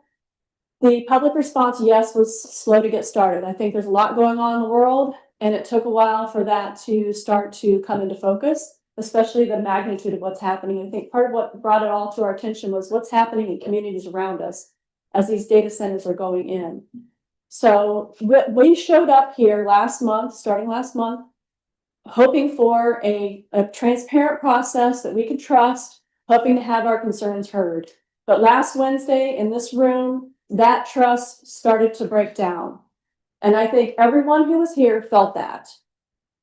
We appreciate your candor, Mayor St. John, in saying that you did not do any significant research before entering into this deal about community impact. And you also went on to say, I'm ready to hear that research now, bring it to me, we're working on it, and we're not rushing this process. But on that same agenda, using emergency language, there's 95 acres that is looking to be annexed and rezoned into that same area. So unfortunately, that does not feel like we're not rushing, does it to you? I mean, we said that it's speeding the process up by 30 extra days. So I called out at the end of the meeting and said, why the emergency? And you tried to go into executive session and answer that later. But the people in this room pushed back and said, no, we want to hear the answer now. So you did address that. And you said, this is nothing to do with a data center. Well, let's look at the facts about that. The Sunbury Land Company is the original company that annexed and rezoned the property that is now the Amazon data center. The same law firm that represents that group also represents Sunbury 37 LLC that is requesting those 95 acres be annexed and rezoned. How is that not related to the data center? I'm sorry. So, and the other thing is when there's no effort made to move this type of public discussion into a space that can accommodate everybody that wants to come up, that cares enough to show up here, stand up here with hearts racing to say how we feel about this project. When we see that, we can't fully hear, we feel seen, heard, or feel like we're participating meaningfully. So each of these things alone is concerning, but when you take all those things together, it looks like a process that's moving forward without transparency and without the public input that our community deserves. We're not looking for conflict. We're looking for honesty, clarity, and a process that reflects the scale of what is being proposed here. When that's missing, people feel like they need to push back. We don't want to push back. We don't want to fight, but we feel like we have to. This is time for you to do what needs to be done because the choices made now are going to determine whether we can continue trusting our leadership or whether we feel like we have to fight you.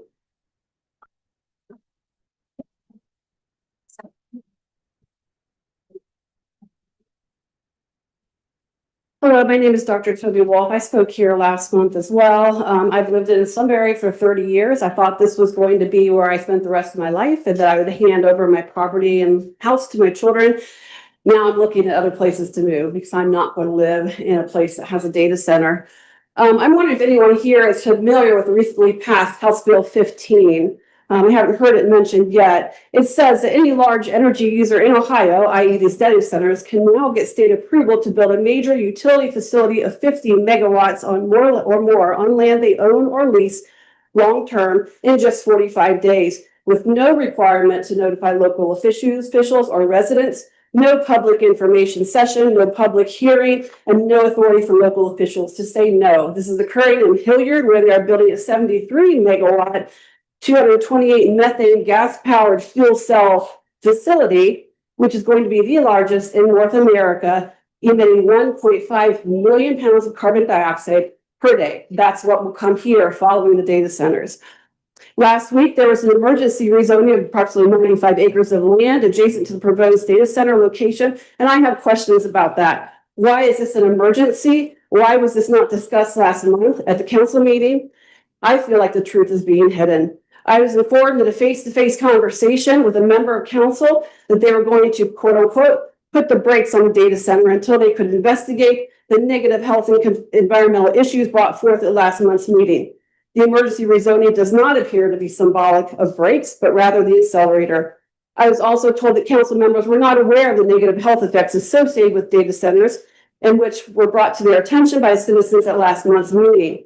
This greatly concerns me. We have officials that we have entrusted with our community and our lives, yet they are trying to push forward plans for a data center which they have not researched. They have not questioned or investigated the impact on other communities where these data centers have been built. Over 100 concerned citizens appeared last month and testified to the numerous negative health and environmental impacts of data centers. These are citizens with no special security clearance and no unique access to information. They simply went online and accessed information freely available to anyone. Why didn't our council do this on their own accord? The council is proposing a data center without knowing the impact on the citizens for which they represent. This is akin to me prescribing medications and treatments to my patients without any knowledge of the potential side effects or risks. In my world, this is called malpractice. The truth is that data centers only benefit the companies who build them at great expense to humans and the environment. We do not want a data center in our community. It is blatantly clear. The people have spoken. Your job is to listen to the people you represent and to act in our best interests according to the overwhelming majority consensus. Thank you.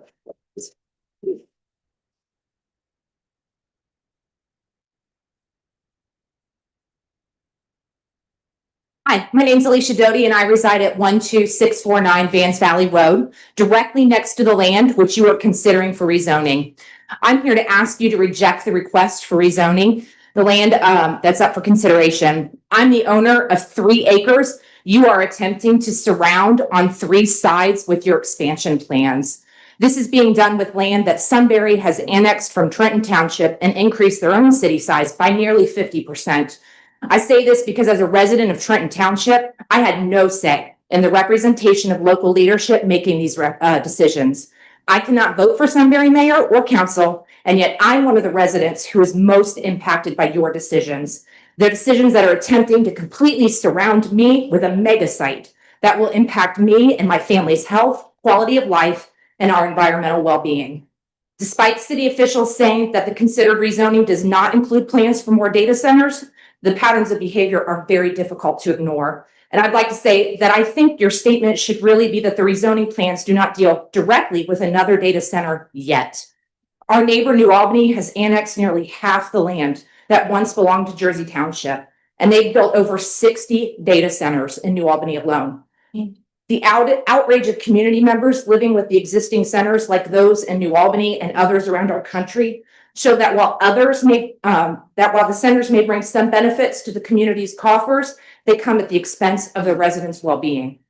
Data centers are notorious natural resource consumers, and residents, not your tax-abated companies, cover the infrastructure upgrade costs. All of this electricity usage used to cool the servers creates noise levels that other people have addressed in their speeches this evening. Data centers also use a ridiculous amount of water to cool their servers, even if they're recycled systems. Any water released back from the center is often full of higher concentrations of contaminants that directly impacts our drinking water and that of tens of thousands of people that use Hoover Reservoir, and it potentially risks the surrounding environment and wildlife. We should not be the neighbor upstream that poisons the water and destroys all of our ecosystems. Data centers also negatively impact air quality. Many people have talked about that this evening. And some pollution from concentration of data centers can exceed that of power plants. Even if Sunbury officials state that Amazon is the only data center, the decisions you're considering lead many in the community to doubt that Amazon is the only data center being considered in our future. The rezoning requests are to allow for an expansion of the business and technology park because you want to build an environment to attract more data centers. And we're here to tell you that we don't want them. We don't want a business and technology park made from hijacked township land that threatens the health and well-being of our community. I stand here before you with rooms full of concerned residents and community members to show you that we don't want these detrimental changes to our families. Thank you. Thank you.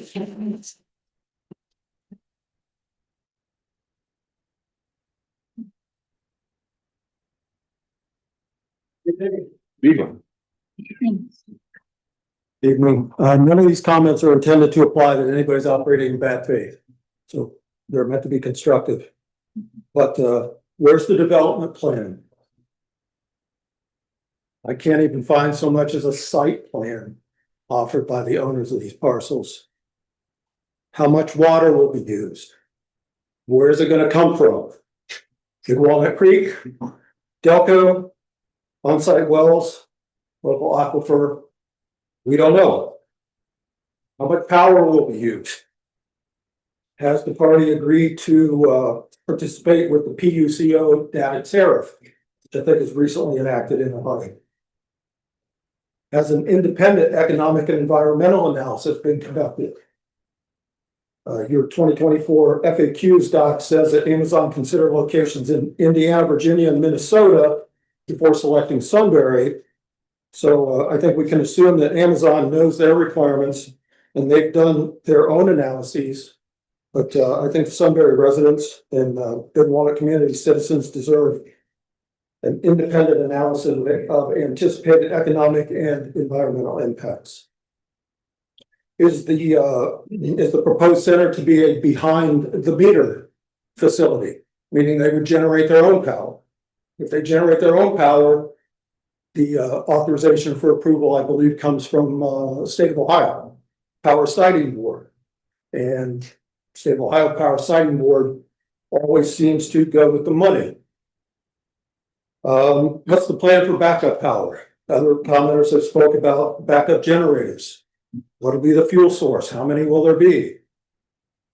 Although data center is an approved usage in your 2023 zoning ordinance, I have major concerns that your zoning code is insufficient to address Amazon's proposed hyperscale mega project.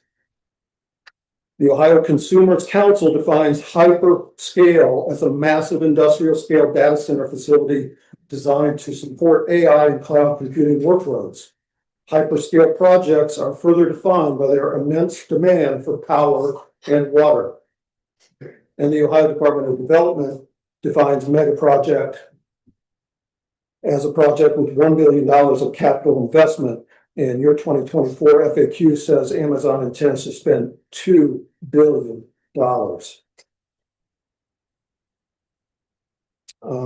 I know that Trenton Township has recently come out against this particular development. And so this evening, I wanted to voice my opposition. I'm not against growth or jobs or increasing tax base, but I am against exploitation. And without some further transparency, this feels like a little bit of exploitation. Thanks, sir.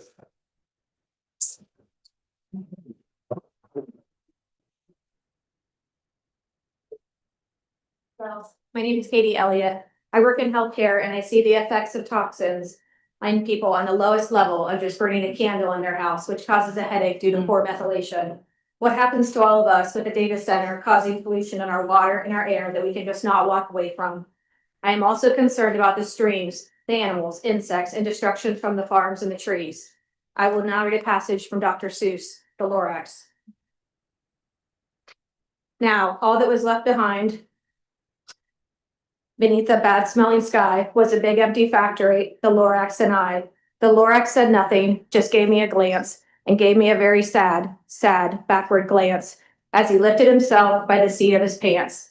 And I'll never forget the grim look on his face when he hoisted himself and took leave of this place through a hole in the smog without leaving a trace. And all that the Lorax left here in the mess was a small pile of rocks and one word, unless. Whatever that meant, well, I just couldn't guess. That day was long, long ago. But each day since that day, I've sat here and worried away. Through the years, while my buildings have fallen apart, I've worried about it with all of my heart. But now, says the Onceler, now that you're here, the word of the Lorax seems perfectly clear. Unless someone like you cares a whole awful lot, nothing is going to get better. It's not. Thank you.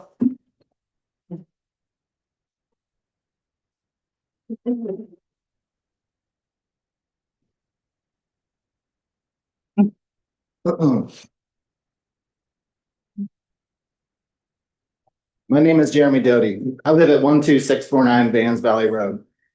Myself, my wife Alicia, and my daughter Ariella moved here in 2020. Last year, we added on to our home, renovating our garage into an in-law suite for my parents to live in. So we now have 3 generations living in my home.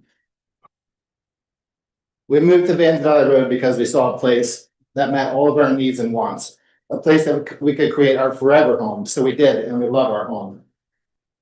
We have a small lot of about almost 3 acres right on Vans Valley Road, surrounded by farm fields that grow corn and soybeans.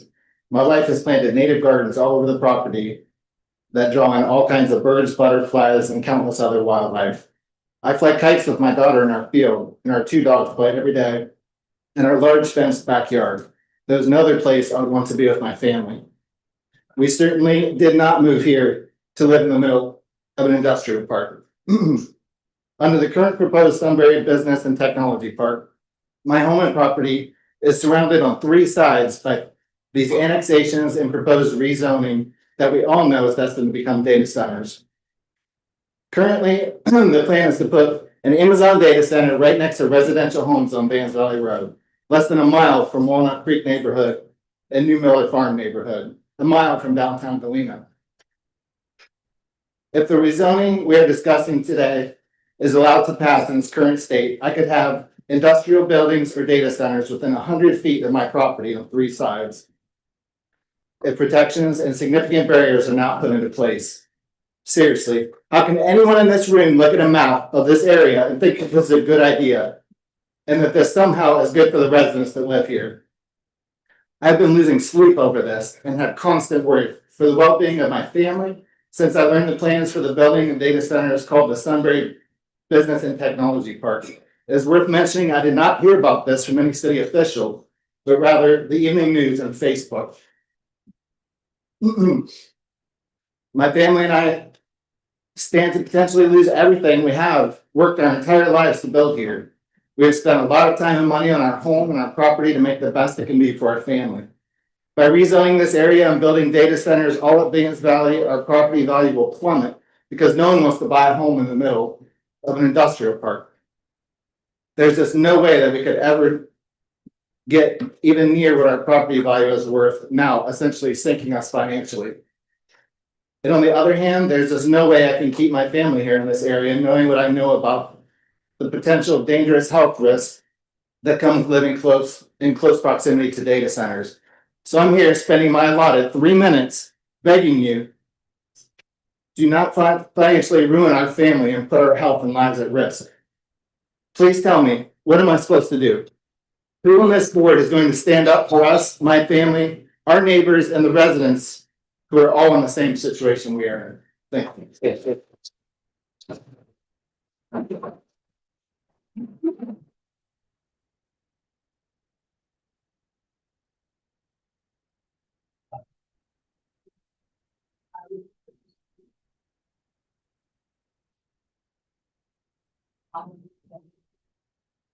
Oh, sir. Welcome back. Hello, thanks for having me again. I appreciate it. Sir. I'm Patrick Jansen. This is my third meeting. I didn't really plan on talking tonight, but I'm an eye doctor. I graduated from Big Walnut. I've lived here for 45 years. Now on High Street, my wife is a lifelong resident. And again, I didn't really plan to speak tonight because I spoke at the last two meetings. I don't want to wear you guys out, but I'm inspired by the people of Sunbury. Thank you for letting me speak. I will thank you more when you cancel the whole Danger Center project. I know you incentivized Amazon to come here, Mr. Mayor, and I don't blame you for trying to grow Sunbury, and I don't have any problem with the growth. I understand growth is necessary in towns. I've seen it. I've been here a long time. I've seen a lot of growth, and I'm not afraid of growth. But this is a generational type of problem. This is a generational decision. Like the other lovely lady said, well, we'd be glad to pay more taxes, but the trade-off is a massive data center. So as an eye doctor, I kind of have I'm held to a high standard, as we all are in our jobs.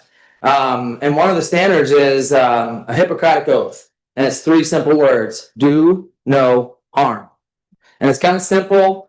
So when a patient comes in, if someone comes in, we like when someone comes here, you try to help them. And if you can help them, great. If you can't, you try to pass it to someone else who can help them. I'm not the hero. I'm trying to help you. If I can't help you, maybe I don't. But what I don't do is do something that'll harm you. And let me read the code. You know, Mayor did ask that we read this code, in which you guys worked very hard on. I know this zoning code. So let me get it to my phone before I run out of time. Oh, where'd it go? In your zoning code, there it went. Okay. But in your zoning code, the very first paragraph says that it was done with the intention, with the idea in mind of the health and the welfare of the people that are there and the citizens. So you already said you didn't want to do harm in your own code. The very first paragraph I read of that code was about the health and the protection. So in eye care, and you guys hear it, you know, hindsight's 2020. Geez, if I look back on that, that was a little bit clearer to me because we look back on it. Well, we can't afford to have this hindsight of 2020 back. Oh, geez, I'm sorry we ruined all the salamanders and all the critters in the creek. I'm sorry we took all the water. I'm sorry that we affected all the critters from the sound. We can't vibrate everybody out of Sunbury. So I don't know if you guys didn't do the due diligence, didn't do the studies. That doesn't make a difference now. What matters is listening to these folks and trying to do the right thing because it's our job. It's to do no harm, to protect our ability to live comfortably. And you guys are smart people, and I know it's not an easy job, and I apologize for the challenge, but I don't apologize for the problem at task, which is not to let this data center come forward. Thank you.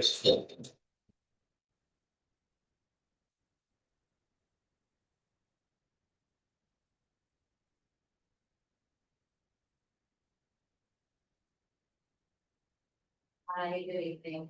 This is my first time doing this, a little nervous. This is my neighbor Amelia, so she's my little support. My name's Lisa Rowley. My husband and sorry, got it? Okay. My name's Lisa Rowley. My husband and I, we live at 13799 East State Route 37, adjacent to the property that's proposed for annexation. We did not receive notice and only learned about this through our neighbor. This area has always meant something to me. It's where I spent a lot of time growing up. And it's where my husband and I chose to come to build our home and our life. 4 years ago, we purchased our property and began rehabbing over 5 acres of an unkept farm. We put everything into it. But more than anything, it's what's happening there every day that matters to us. Just yesterday, we watched our 3-year-old and 1-year-old grandsons running, climbing trees, trying to climb trees at that age, wanting to play in the creek, getting dirty, holding chickens, trying to corral turkeys, collecting eggs. So my daughter and I, we sat on our porch. We harvested seeds to prepare for planting in the spring. We enjoyed growing our own food. We're teaching our grandchildren how to care for land. and where their food comes from.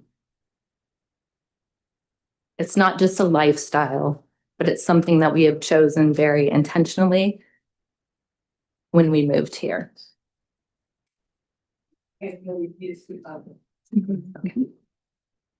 Thank you. Appreciate it. And this is something that can't exist. We can't coexist if this is what's being proposed.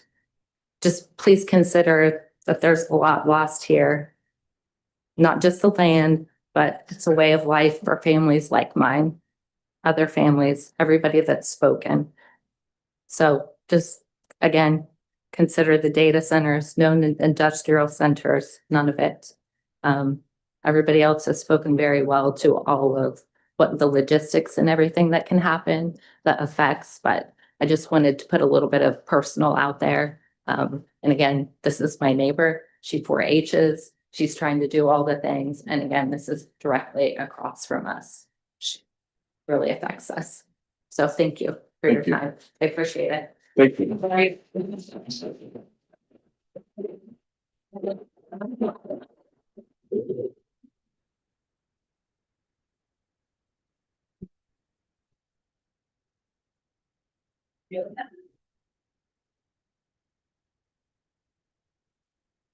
Good evening. My name is Chris Hanley, and I appreciate the opportunity to speak with you all tonight.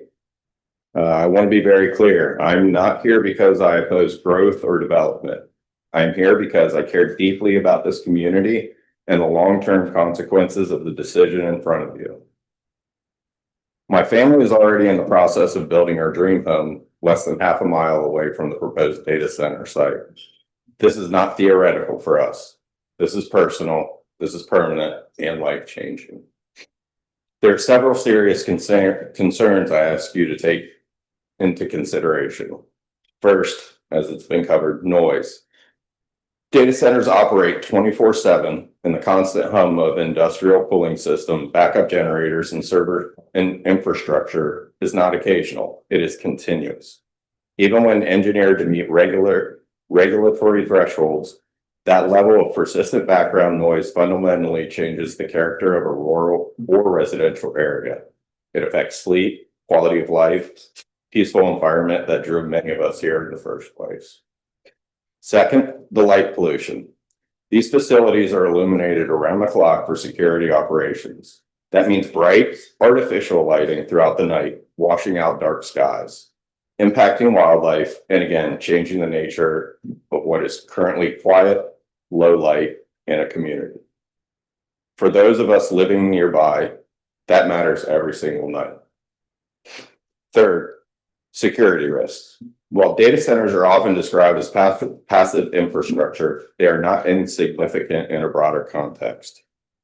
Large-scale data infrastructure can be viewed as a critical asset, making them potential targets in the event of a cyber or physical conflict. Whether we like it or not, placing that kind of infrastructure near a residential area introduces a whole new level of risk that we should not be dismissing lightly. And finally, property values. Numerous communities across the country have raised concern, and in some cases demonstrated that proximity to large industrial scale facilities like data centers can negatively impact home values. For families like mine, who are making a major investment in putting down roots, this is not just a financial issue. It's about protecting an investment of our future. I ask you to consider what kind of community Sunbury wants to be. Growth is very important, but so is balance. So is protecting residents, preserving quality of life, and making decisions that affect the long-term vision of this town, not just short-term opportunities. I respectfully urge you to take a step back, reconsider the project, and ensure any development aligns with your values and the well-being of the people of the community. Thank you for your time. Thanks, Jeff.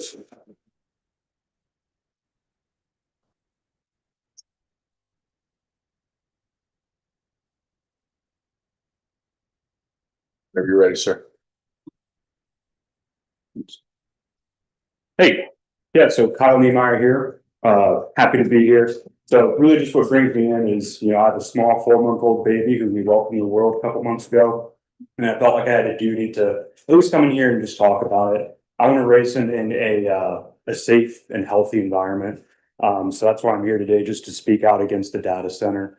I share the same concerns, the noise, the trees that will be uprooted, and its close proximity to our schools that I know that he'll be going to. The only question that I haven't really heard here asked today, which I understand can't be responded to, is just, as we see these tech parks be built, I saw a term that was over in New Albany called housing islands, where it's just a couple of houses who got engulfed in the tech community. So my question would be, are those houses being offered fair market value to vacate that area? Because otherwise they're going to be stuck in a mortgage that they really can't sell. So, I'll keep this short. I think I'm pretty close to your last speaker here, and I know we've been here for a while. So, do not allow the data centers to be built. It's my duty to come here and speak for the health and safety of our future children. I ask the community to do the same. Thank you. Thank you, sir.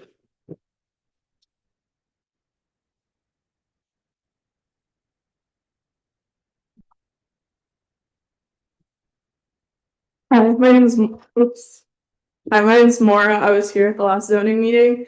My husband and I moved to Ashley, Ohio recently, just due to rising housing costs and all of the works. I know it's not just a Sunbury issue, but it's across the board.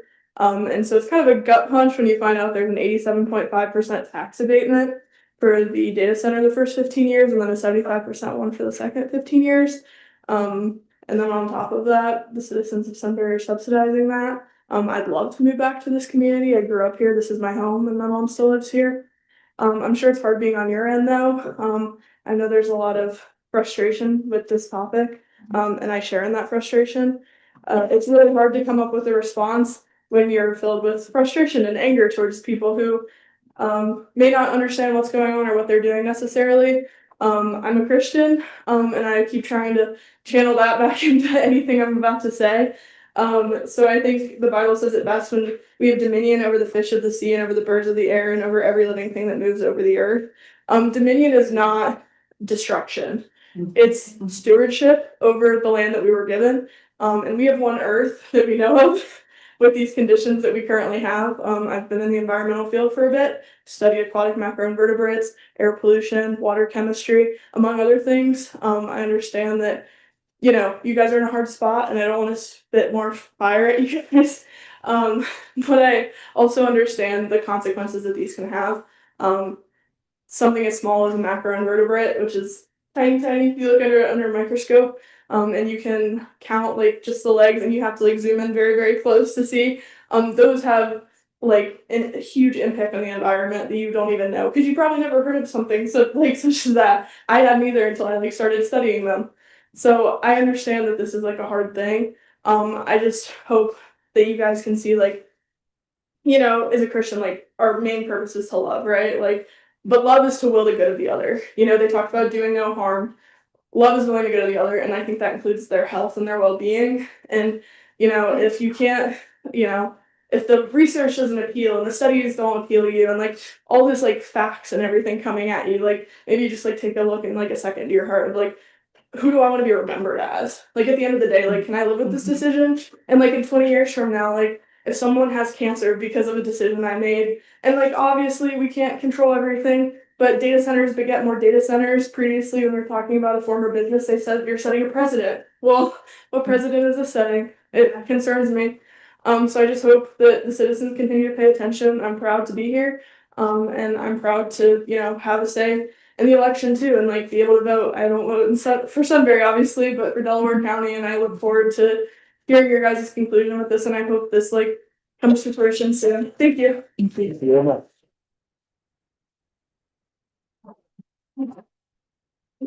My name is Angela Graziosi, and there was a gentleman here earlier who was looking for this zoning, and this is section 81.01.02, and this is of your Sunbury zoning.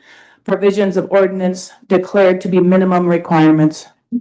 In their interpretation and application, the provisions of this ordinance shall be held to the minimum requirements adopted for the promotion of the public health, safety, convenience, comfort, prosperity, and the general welfare. Whenever the requirements of this ordinance are at variance with the requirements of any other lawfully adopted rules, regulations, or ordinances or resolutions, the most restrictive or that imposing the higher standards shall govern. As an elected official, some of you may recognize my name. There are things that I voted on that I would like to go back and change. But you, council, have the opportunity to do the right thing and impose higher standards that you can govern with. Thank you.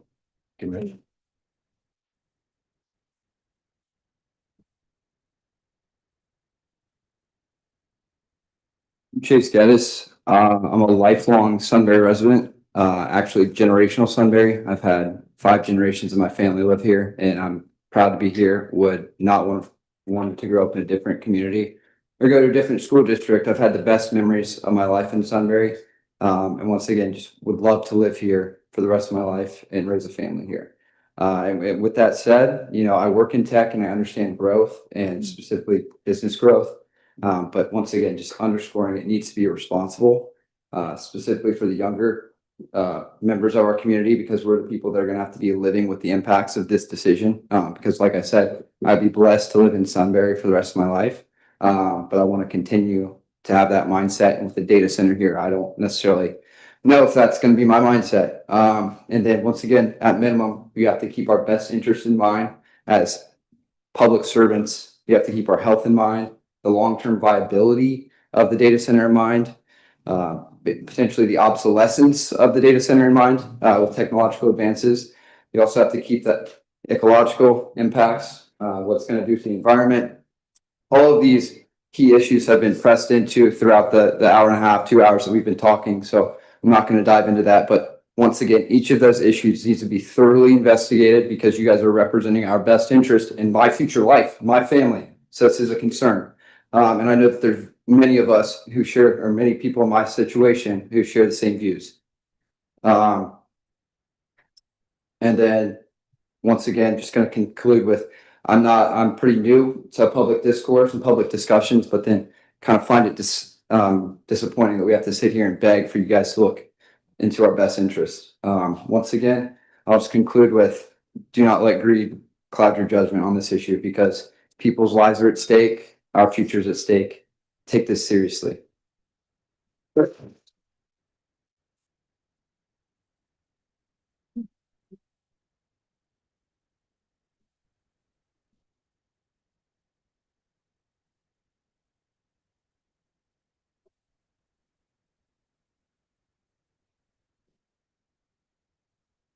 Good evening. Good evening. I'm not going to take up too much time, just in case there are any other newer people that would like to come that haven't spoken before. I thought I would just point out a interesting statistic that I see here. This would be the top list of top 25 countries with the most data centers. I'll start with number 3, which is the United Kingdom at 514. Germany has 521. The United States is number 1 at 5,381 data centers. We have enough. We don't need to be guinea pigs. We have enough guinea pigs. I think we have enough data out there. I was doing a little research on my own, just trying to find out how far back could I go to see when we started seeing easily accessible data on data centers. I did find a study that was done, I believe it's either 2023 or 24. I believe it was in Virginia. I plan to try to put an email together with some of this information, just so I don't take up all your time here.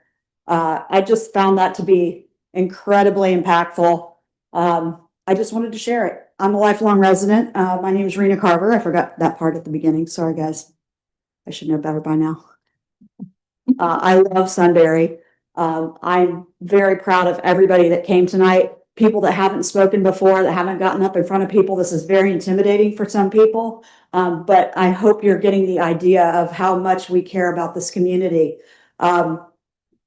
We don't want to be another Dublin. People leave Dublin to move here. People leave places like that. People don't want to live near industrial parks. I know you keep hearing it, but we're going to keep saying it. And I hope you hear us all. Thank you. Thank you.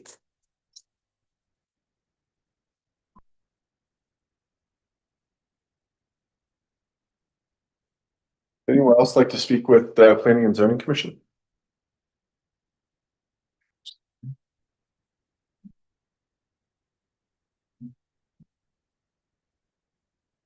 I don't want to rush this. Is there anybody downstairs? Yeah, I called all the names of the people who signed up, so. Okay. And I went back and asked if there were any others who wanted to come, so I think we've got a couple of calls. Anyone else like to speak with the Planning and Zoning Commission?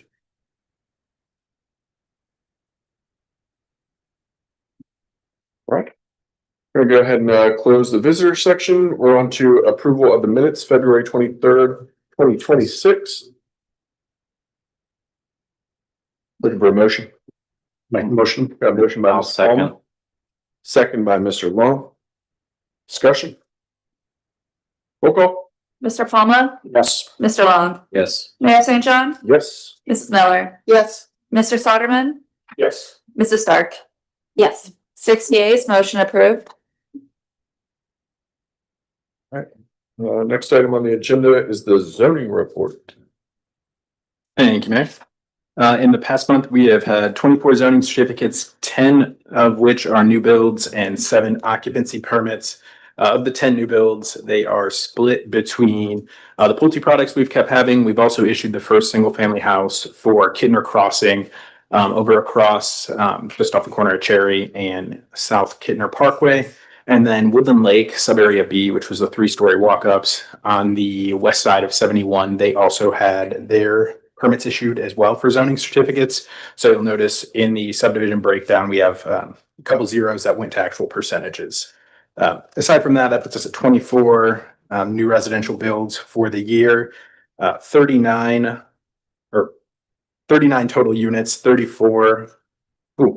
For March, we had 5 single family units, 34 multifamily units, so 39 total units from those residential new builds this month. And then to date, that puts us at 16 single family units, 34 multifamily units, and 50 total residential units built for the year.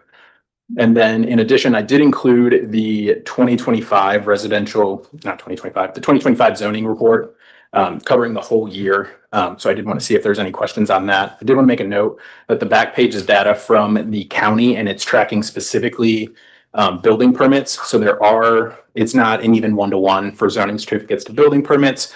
So if you do see any discrepancies between the numbers that we posted versus those, that's why. There are some issues at the county that require building permits that the city does not require zoning certificates for. So, and I'm happy to go through any of these numbers if any of you guys want to reach out to me as well. Great. Thank you. Any questions, comments? Alex, I thought this was an excellent report. Great. And the only thing that I would add for 2026 or in the future is I know staff does a lot of permits and things like that themselves. If you could maybe even put staff permits or something so we could see the volume there. I think I think that would really show us what the volume is, what's going on. Like the total issued permits altogether? Just for staff that didn't come here, we see a lot of this, what you're doing on the occupancies and Gotcha. stuff. So I'm looking for the things that maybe all other or however you want to phrase it. Gotcha. I understand. Thank you. Any comments or questions? All right. Next item on the agenda is discussion or new business. And we have Mr. Hennessy as a scheduled participant. Thank you, Mayor. Appreciate it. I know we've been here a long time, but the mayor had asked me if I could maybe recap what staff is doing to address the comments that have been raised by the public and how we are going to support you and support council in terms of moving forward when it comes time to make whatever that next decision might be. So I don't want to go over, the ground that's been raised this evening, except to maybe just tell you the categories that we are tracking, what we think's in that category. And if you think we've missed something, certainly let me know that. So again, trying to take all of the comments that we heard at the last meeting. I've also taken extensive notes from today's meeting, and I know the staff members have as well, but we've clustered them under the following sort of categories. Quality of life and property values. We certainly have had a lot of people talking about, the noise impacts, the light impacts, the visual impact of a large industrial park. The fact that it can disrupt sleep, it's stress inducing, reduces enjoyment of the property, kind of affects the rural character of the community. And again, long-term sort of impact on property taxes or property values, despite maybe short-term market increases. So just in this category, we've sort of clustered those types of comments. The second category I've got is environmental and health concerns. We do have air and noise here, at least as it relates to the environmental sound. So there's sort of that the one side, of course, of how it affects the quality of life, but there's also, the health concern and the environmental impacts associated with that. Water usage certainly has come up a number of times, and the potential contamination of our water system. We've got in this category as well. There have been questions about the types of chemical use and whether or not that ultimately will result in forever chemicals. We are exploring that, and I'll talk just a little bit more about that here in just a second. And certainly the impact that it has on wildlife and other bees and insects in and around the area. I did jot down also, we've heard, I didn't have this one in my note, but I know we've heard from the public over the course of the last month. There is certainly some concern about the proximity of the middle school to the data center and the environmental impacts associated with that. So again, putting that on our radar is something we need to study more closely. Next category I got is infrastructure and utilities. Again, water consumption demands for data centers, sustainability of our local water sources, increase in electricity rates, potential rising utility costs for residents, and the like. So certainly also under the category of infrastructure will be what type of public infrastructure is necessary to support it, who's going to pay for that, make sure that that doesn't fall to the taxpayer, it falls to the developer or the company. The next category I've got is community character and growth.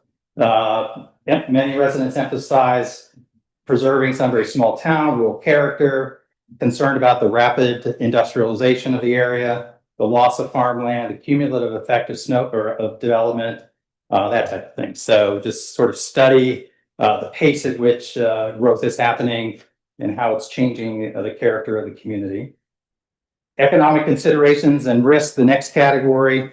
Under this, question whether the economic benefits are worth the potential long-term costs, limited number of jobs, tax revenues foregone, the short life cycle, maybe again, the obsolescence of the building itself, perhaps is an issue, and broader skepticism about corporate motives and incentives and that type of thing. So kind of the economic considerations that, we are taking into account, but also, their implications, from the company's perspective, meaning just we hear that people are concerned about the property tax exemption. And so we need to do some more, I think, educating about that and let people certainly draw a conclusion about whether or not they think that that's an appropriate balance. Process and transparency, it came up again this evening. I think one of the speakers even indicated that maybe there's the beginning of a little bit of a lack of trust as it relates to the city on this matter, and maybe some of the things that were happening at the city council meeting last week.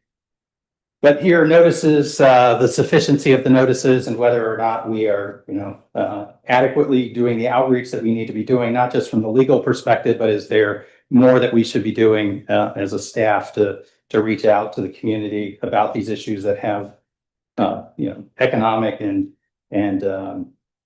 lifestyle implications for individuals. And concerns were raised about the use of the emergency measures and the lack of support for the broader public input. I will just say, I did jot down that note. this is a little bit of a nuance, but I will explain this in more detail. It is a suspension of the rules that accelerates the action on a council agenda. That actually reduces the number of readings.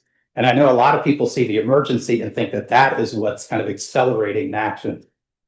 That's not really what's accelerating the action. What's accelerating the action, again, is the suspension of the rules. And so I think we just need to, again, understand what that is. We have not asked council to suspend the rules on any of the items that are in front of them with respect to the data center, the rezoning, or the annexation. So, like I said, maybe just a little more clarity from staff on the differences between the two. And then I did want to just point out a couple of things that I heard that I think dig a little bit deeper, and we need to dig a little bit deeper. The low frequency and vibrations and the C-weighted measures. And that's new to me. So I think we want to make sure we understand what that means. Whether or not what we've got in our zoning code at the moment, which is based on a different decibel standard, is the right standard or not. So thank you for that. That was a great comment. I also heard folks ask the question, maybe we should have a workshop where there's an opportunity for maybe a little bit more give and take with respect to the data center. So that's something that we can explore a little bit more. It would be best if we had some experts here to help answer those questions. It's a very complex matter. We don't have, I guess, all the experts. We're trying to do the research, the additional research that the public is asking us to do, but perhaps that's something that we could consider and should consider. Another thing that I heard, and I did want to share this as well, the mayor has asked me, I know residents have asked as well, can we find a larger space to have this public meeting in so that everybody can be in the same room? We have committed to trying to do that for the next Planning and Zoning Commission meeting.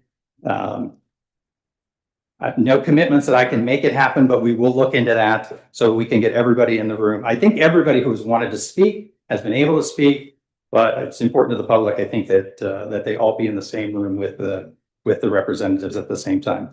I will say, I think, we do need to work through the logistics of getting the meeting streamed. I think it's important to have the meeting streamed and or recorded so that others can view it who can't make it to the meeting. And of course, microphones are always a challenge in a large space. So we've got some technical issues we got to overcome in addition to space availability, but we are certainly looking into that. We will look into that one as well. And then also this evening, I know there was a reference to the state code, or not state code, to the Ohio General Assembly, and we have our state representative in the room. House Bill 646, a data center study. We are following that. The state is considering establishing a study group to perhaps set standards that communities could use for going forward. So we do continue to monitor that. And the other comment I heard was on House Bill 15, if I wrote that down correctly, the on-site generation issue and what's the authority of the local government versus the state's authority on that. I did speak to a colleague of mine in Hilliard about the issue when it was going through Hilliard. So I think I have a little bit of an understanding, but not a complete understanding yet. And so we'll try to get a better understanding of that and get back to you. So we have used the frequently asked questions as our sort of primary tool for responding to questions. At this point, it's not complete by any stretch of the imagination. And as you can see, there are several items that I've got on my list that we haven't addressed in the frequently asked questions yet. But it is a living document, and I don't want anyone to think that what is up there today is the last version. It's just the current version, and we'll keep working on it. I do have copies of the frequently asked questions for anybody in the room who wants to take them with them when they leave this evening. And I think we also have copies of the limited industrial zoning district if people want to take a copy of that. And then maybe as a final point, I do want to say that I've asked Alex, so I think everybody knows Alex in the community. I have asked Alex to focus on the zoning related matters, noise, light, generators, those types of setbacks, those types of things, and is working with an outside consultant to understand best practices from elsewhere in the country. And then we'll be back in front of you with some recommendations on maybe adjustments to our zoning code. Carla Obrowski is our city engineer. And Carla is primarily focused on understanding the water quality issues, and has been working. We have engaged, well, I haven't engaged them yet. We are about to engage a third party, a technical expert as it relates to the water quality issues, and see if we can't at least begin to understand what would be the impacts on the creek if water were to be taken from the creek for this particular purpose, and what happens to the creek when effluent is dumped back into the creek at the end. So those are just a couple of items that Carla's looking at. And then Sean Stannard up here. Sean is our new assistant city manager. I've asked Sean to look into the issues related to environmental health and then the other broad categories that we're talking about. So we are committing a lot of resources to trying to find the answers. I know we're not moving as fast as the community might love. It is a complex issue, but I at least want to assure you we're taking it seriously, and we are trying to do the research we can so that we can help, inform you before, again, the next decision point comes for you and or council. So with that, I'll answer any questions, but again, just wanted to provide an update on where we are. Thank you. I just have not really a question, but maybe an item to add to your list. Maybe because I'm in the older generation, data centers have been here a long time, with under different names. And as mentioned tonight, these comments only started in the 2020s. But data centers have been here since the 60s and 70s and 80s. And so what's different now that wasn't there? Because we didn't have those issues at that point.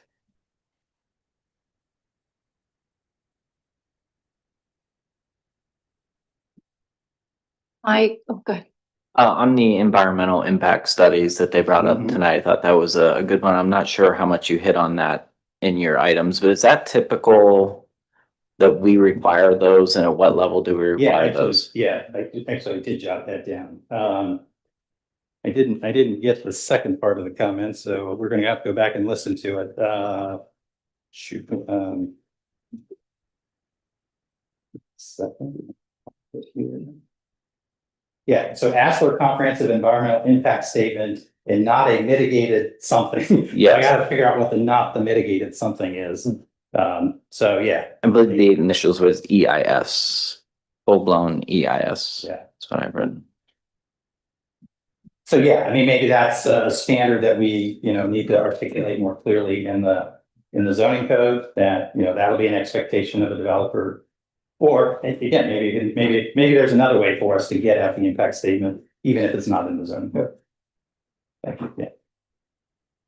I heard you offering up a lot of commitments that you are applying and going to use staff to generate research and data so we can review.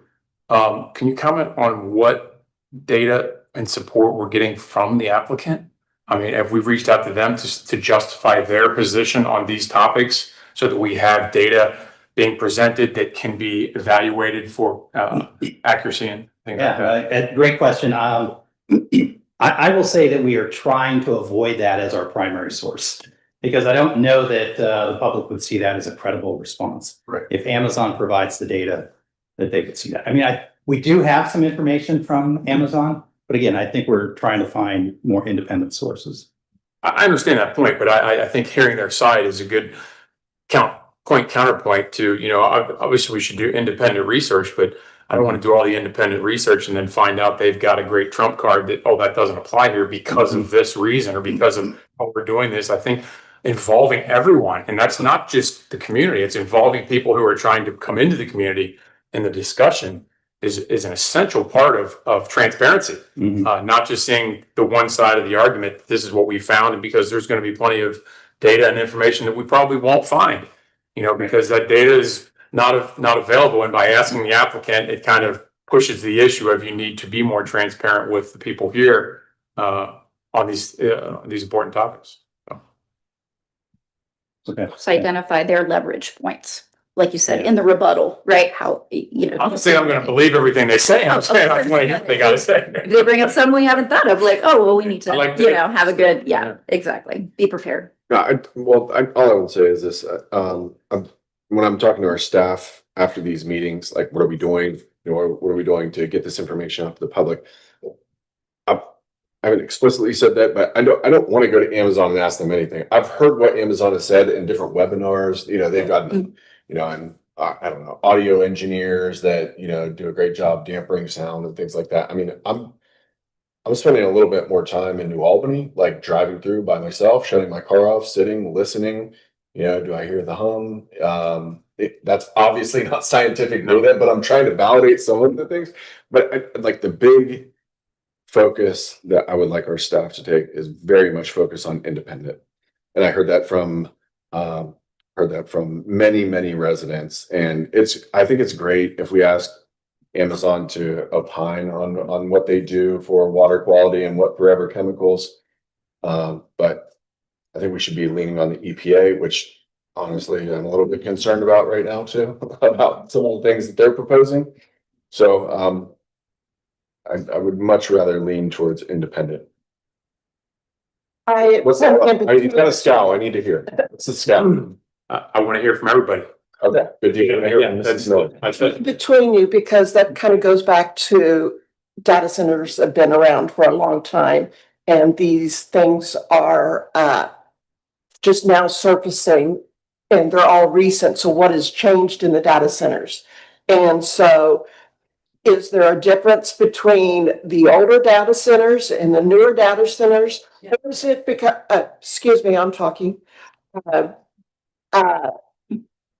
new data centers, or is it a particular type of data center is what I'm interested in, you know, because is it only the AI data centers, or is it, you know, where is the line and what has changed? And that's kind of where I'm going. And so after we have this information, I would love to hear from Amazon on the research, because like you mentioned, the trump card is with technology, it could be something totally new that's not even out there that they're planning. And that the data center that they're thinking about doesn't have this. I don't know that. I haven't seen anything or heard anything. All I have is the word data center. So I am trying to stay as neutral and open to all the information I can. And that's the information. I need more information. And I totally agree with you. I don't want the information to originate from Amazon, but I want to hear their response. And it's just like, I don't want the information from Chat Gap or any of that, because who knows where the source is. I don't want it from the news stations. I want it from the scientific community, and I want it from legitimate sources. Do you want to give a shout out? There's been one resident who's like done a great job researching, and maybe this is a collective pool, but Christine Gilman, I think she may have spoken earlier. She's done a really good job, at least distilling down pretty complex topics.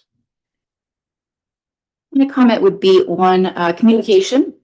I will preface by saying this is my third meeting, so I am still learning how the legal part of all of this works. And everybody in this room is my neighbors too. And I also, you know, have a child.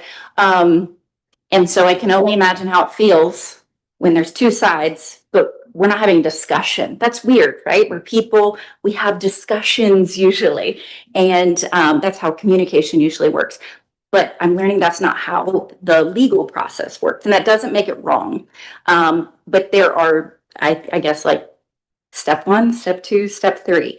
One thing that I noted, and I wanted to give kudos, I think it was you, Mayor, and you, Mr. Hennessy, that spearheaded the fact that the last meeting where we had such a big show up, it was like the next day or the day after, you guys put out the FAQ. You're like, whoa, these people have a lot of questions. We weren't able to answer them, right? Just based off of how this works. So they put out an FAQ. Now, how we could make that better, I think, is you said this is a living document, which I love because obviously there's more things that have more questions and more information that's been given to us. Is that living document be put out even more? Like, let's try to get it out into more hands. And at the next meeting, at maybe council meeting, put it in the hands of everybody sitting in the seats, because not everybody uses social media. You know, you can't put it out on a sign that everybody passes on 3, you know, or something. So I guess I would just maybe explore different ways that people get communication.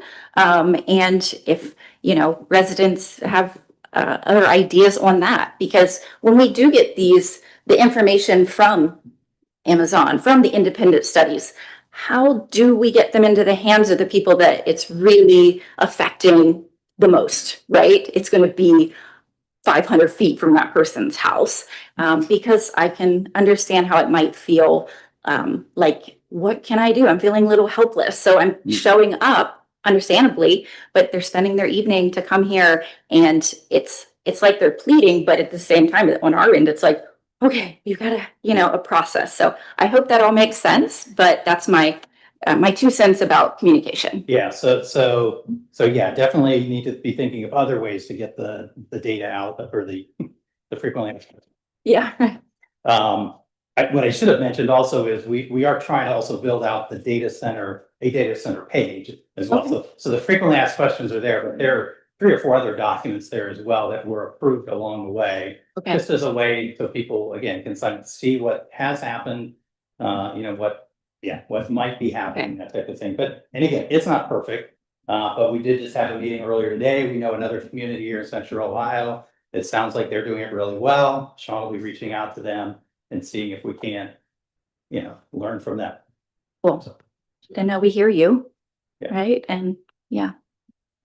Yeah, and I'll add, Mr. Hennessy, that, you know, we've heard multiple times, especially at this meeting versus our last, talking about the industrial park as a whole, not necessarily just with one particular facility. I think that's good to understand, and really what the plans are for that particular development, if it does get to that stage. Also, understanding where we are right now on the journey.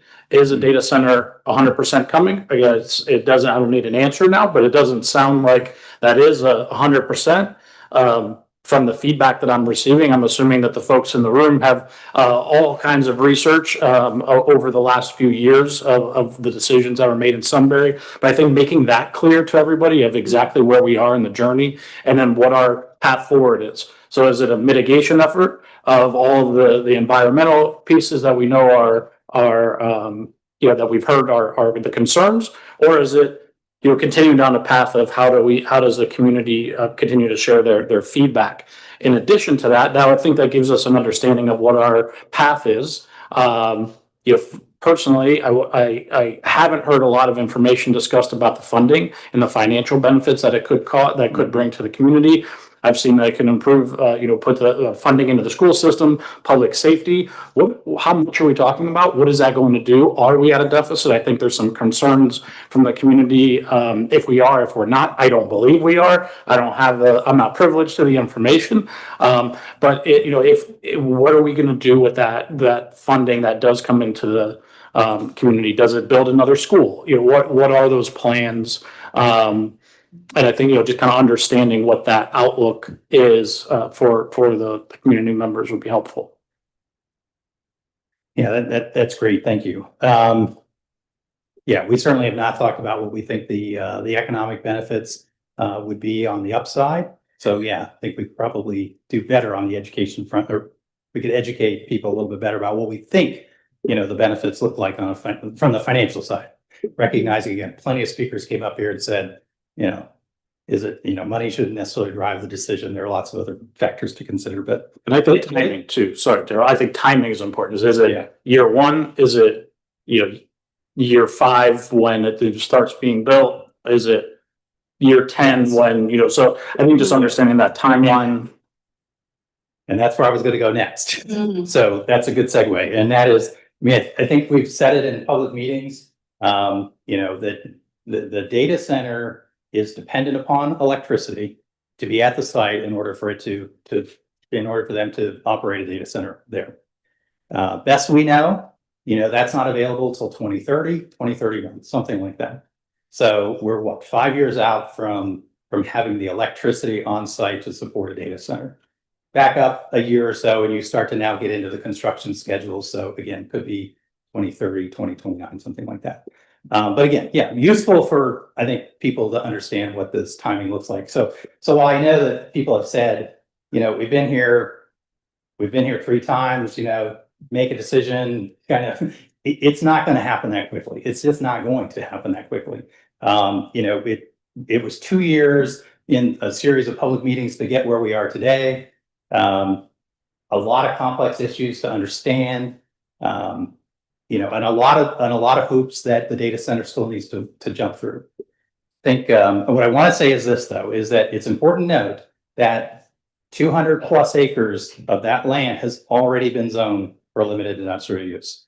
And so the data center does have some entitlement rights. So that's important to know. However, there are, as I think the mayor has used the term, rip cords along the way, right? The site plan comes in, it doesn't fit the code. That's clearly, an issue where we have some leverage. Again, water quality, the ability to provide water to the site for cooling purposes, there's still a big hurdle to get over with respect to building that out, paying for that from the developer side, understanding what the chemical implications might be and what the effluent might be. So there's still a lot that has to happen on the water quality side too.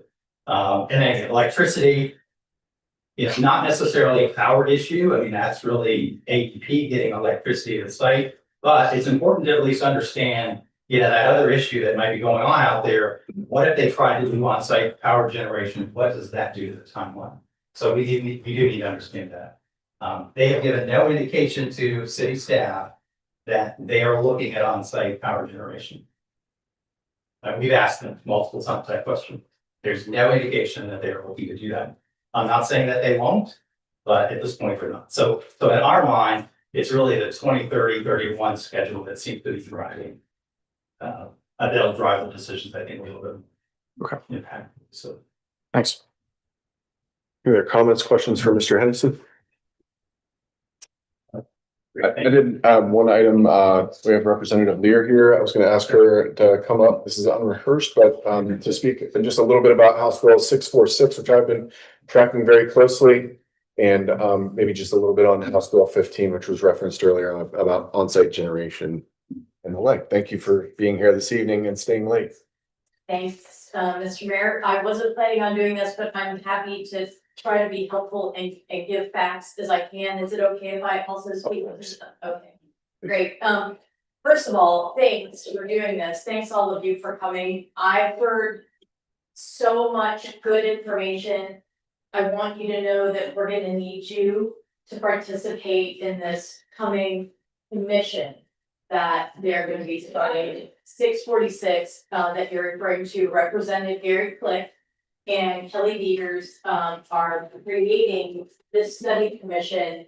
And look, I'm in government. I never wanted to be in government. I'm very skeptical of government, and we're watching what's going on at the federal level. I get it. We don't believe that anything significant is going to come from this, but I can tell you that it is possible if we have the right people involved. And I know that the people that are sponsoring this bill are the right people because they want to get you answers and they want to get you answers. So the idea is if they can get it done in the time that they're trying to get it done, we'll have the commission started, we'll have people coming in and providing them with information, and we'll have it wrapped up by the end of this year with recommendations. They did this two or 3 years ago with property tax issue. And I will tell you, in case you didn't know, we're not finished with property tax issue because it's not resolved. But we did get started. And that was a result of this commission that produced a report of over 300 pages. And we had 30 recommended law changes. So After that, they got busy at the beginning of last year. We were able to get at least 6 of these ideas across the finish line with more to come. That's the plan. But the same thing with the data center issue. What we're going to be working on is collecting information from experts. And I heard a lot of really great testimony in here tonight about the environmental, about the noise, about all of it. And we need folks like you to come with your evidence and present before the committee. So is it okay if I give out my contact information? Okay, so the office number, if you're somebody that wants to be involved, even though the commission hasn't started yet, we're going to keep a running list of people that want to speak. The number is 614-466-1431, or you can email us at rep61 rep61@ohiohouse.gov. And we'll be collecting all of that because you guys are the people that we want to come in and talk to us with your evidence and with your questions and your concerns. So if you're interested, this is the makeup of the commission according to the current version of the bill, which has been passed out of the House. The Senate will begin dealing with it, and I expect it to be a very quick move. It'll probably pass out in May. Can I ask a question? Yes. I heard this and I can't be true. Did the House pass this unanimously? Yes, Democrats, Republicans, 2 members missing, 97 to nothing. Good job. Wow. So it's a bipartisan concern. So the governor's going to appoint 3 members, 1 with a knowledge of data center operations, 1 with knowledge of agriculture, 1 with knowledge of county government. The speaker is going to appoint 5 members, 1 from rural electric co-ops, 1 who understands water and environmental impacts of data centers, 1 who understands townships, 1 member of the majority party of the House, 1 member of the minority party of the House. And then 5 members from the Senate with knowledge of municipalities, 1 with knowledge of public utilities, 1 knowledge of economic development and tax incentives, 1, and then a majority member and a minority member.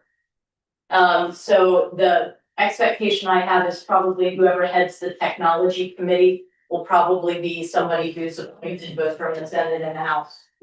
And like I said, we hope that this is going to get started and the results compiled by the end of this year. So with what I heard from your administrator about the timeline, that will give you time to figure out whether this is something that will work. I understand the concerns of the neighbors.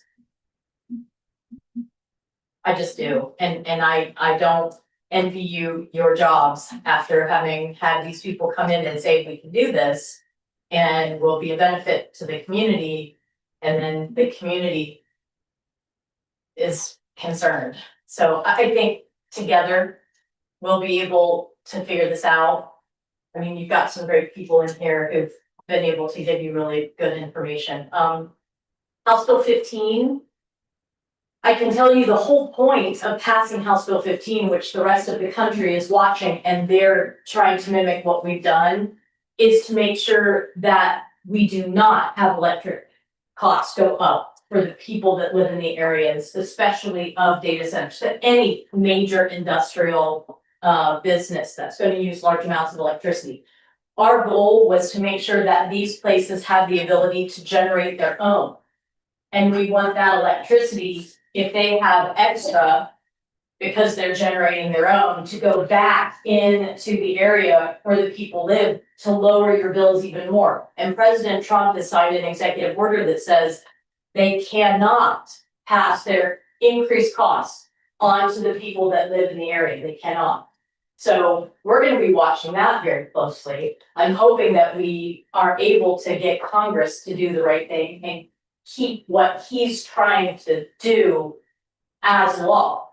Because as an executive order, it may not be able to be followed through as closely as a law is going to be. So we want to make sure that he's able to do what he says he wants to do for us. But in the meantime, we've already given these businesses the ability, and it's only about a 3 to 4 timeline right now. If they want to bring in their own natural gas powered turbine to be able to provide them with energy, they don't have to take it off the lines that we have from AEP that went in with that new substation over there by Hands Valley. They shouldn't have to use that. They can make their own. And that was the goal, is that we want these entities that are coming into Ohio not to increase our costs, but maybe actually work to lower. That's what we're trying to do. But if you have Very any helpful. questions, ask. Are there any questions from the commission? Thank you, Representative Lear. That's been very helpful, very insightful. No, not at this time. Thank you very much. So much. Thank you. Thank you. Please reach out, and thank you so much for giving me a chance to share. Thank you for your support. All right, we are still on.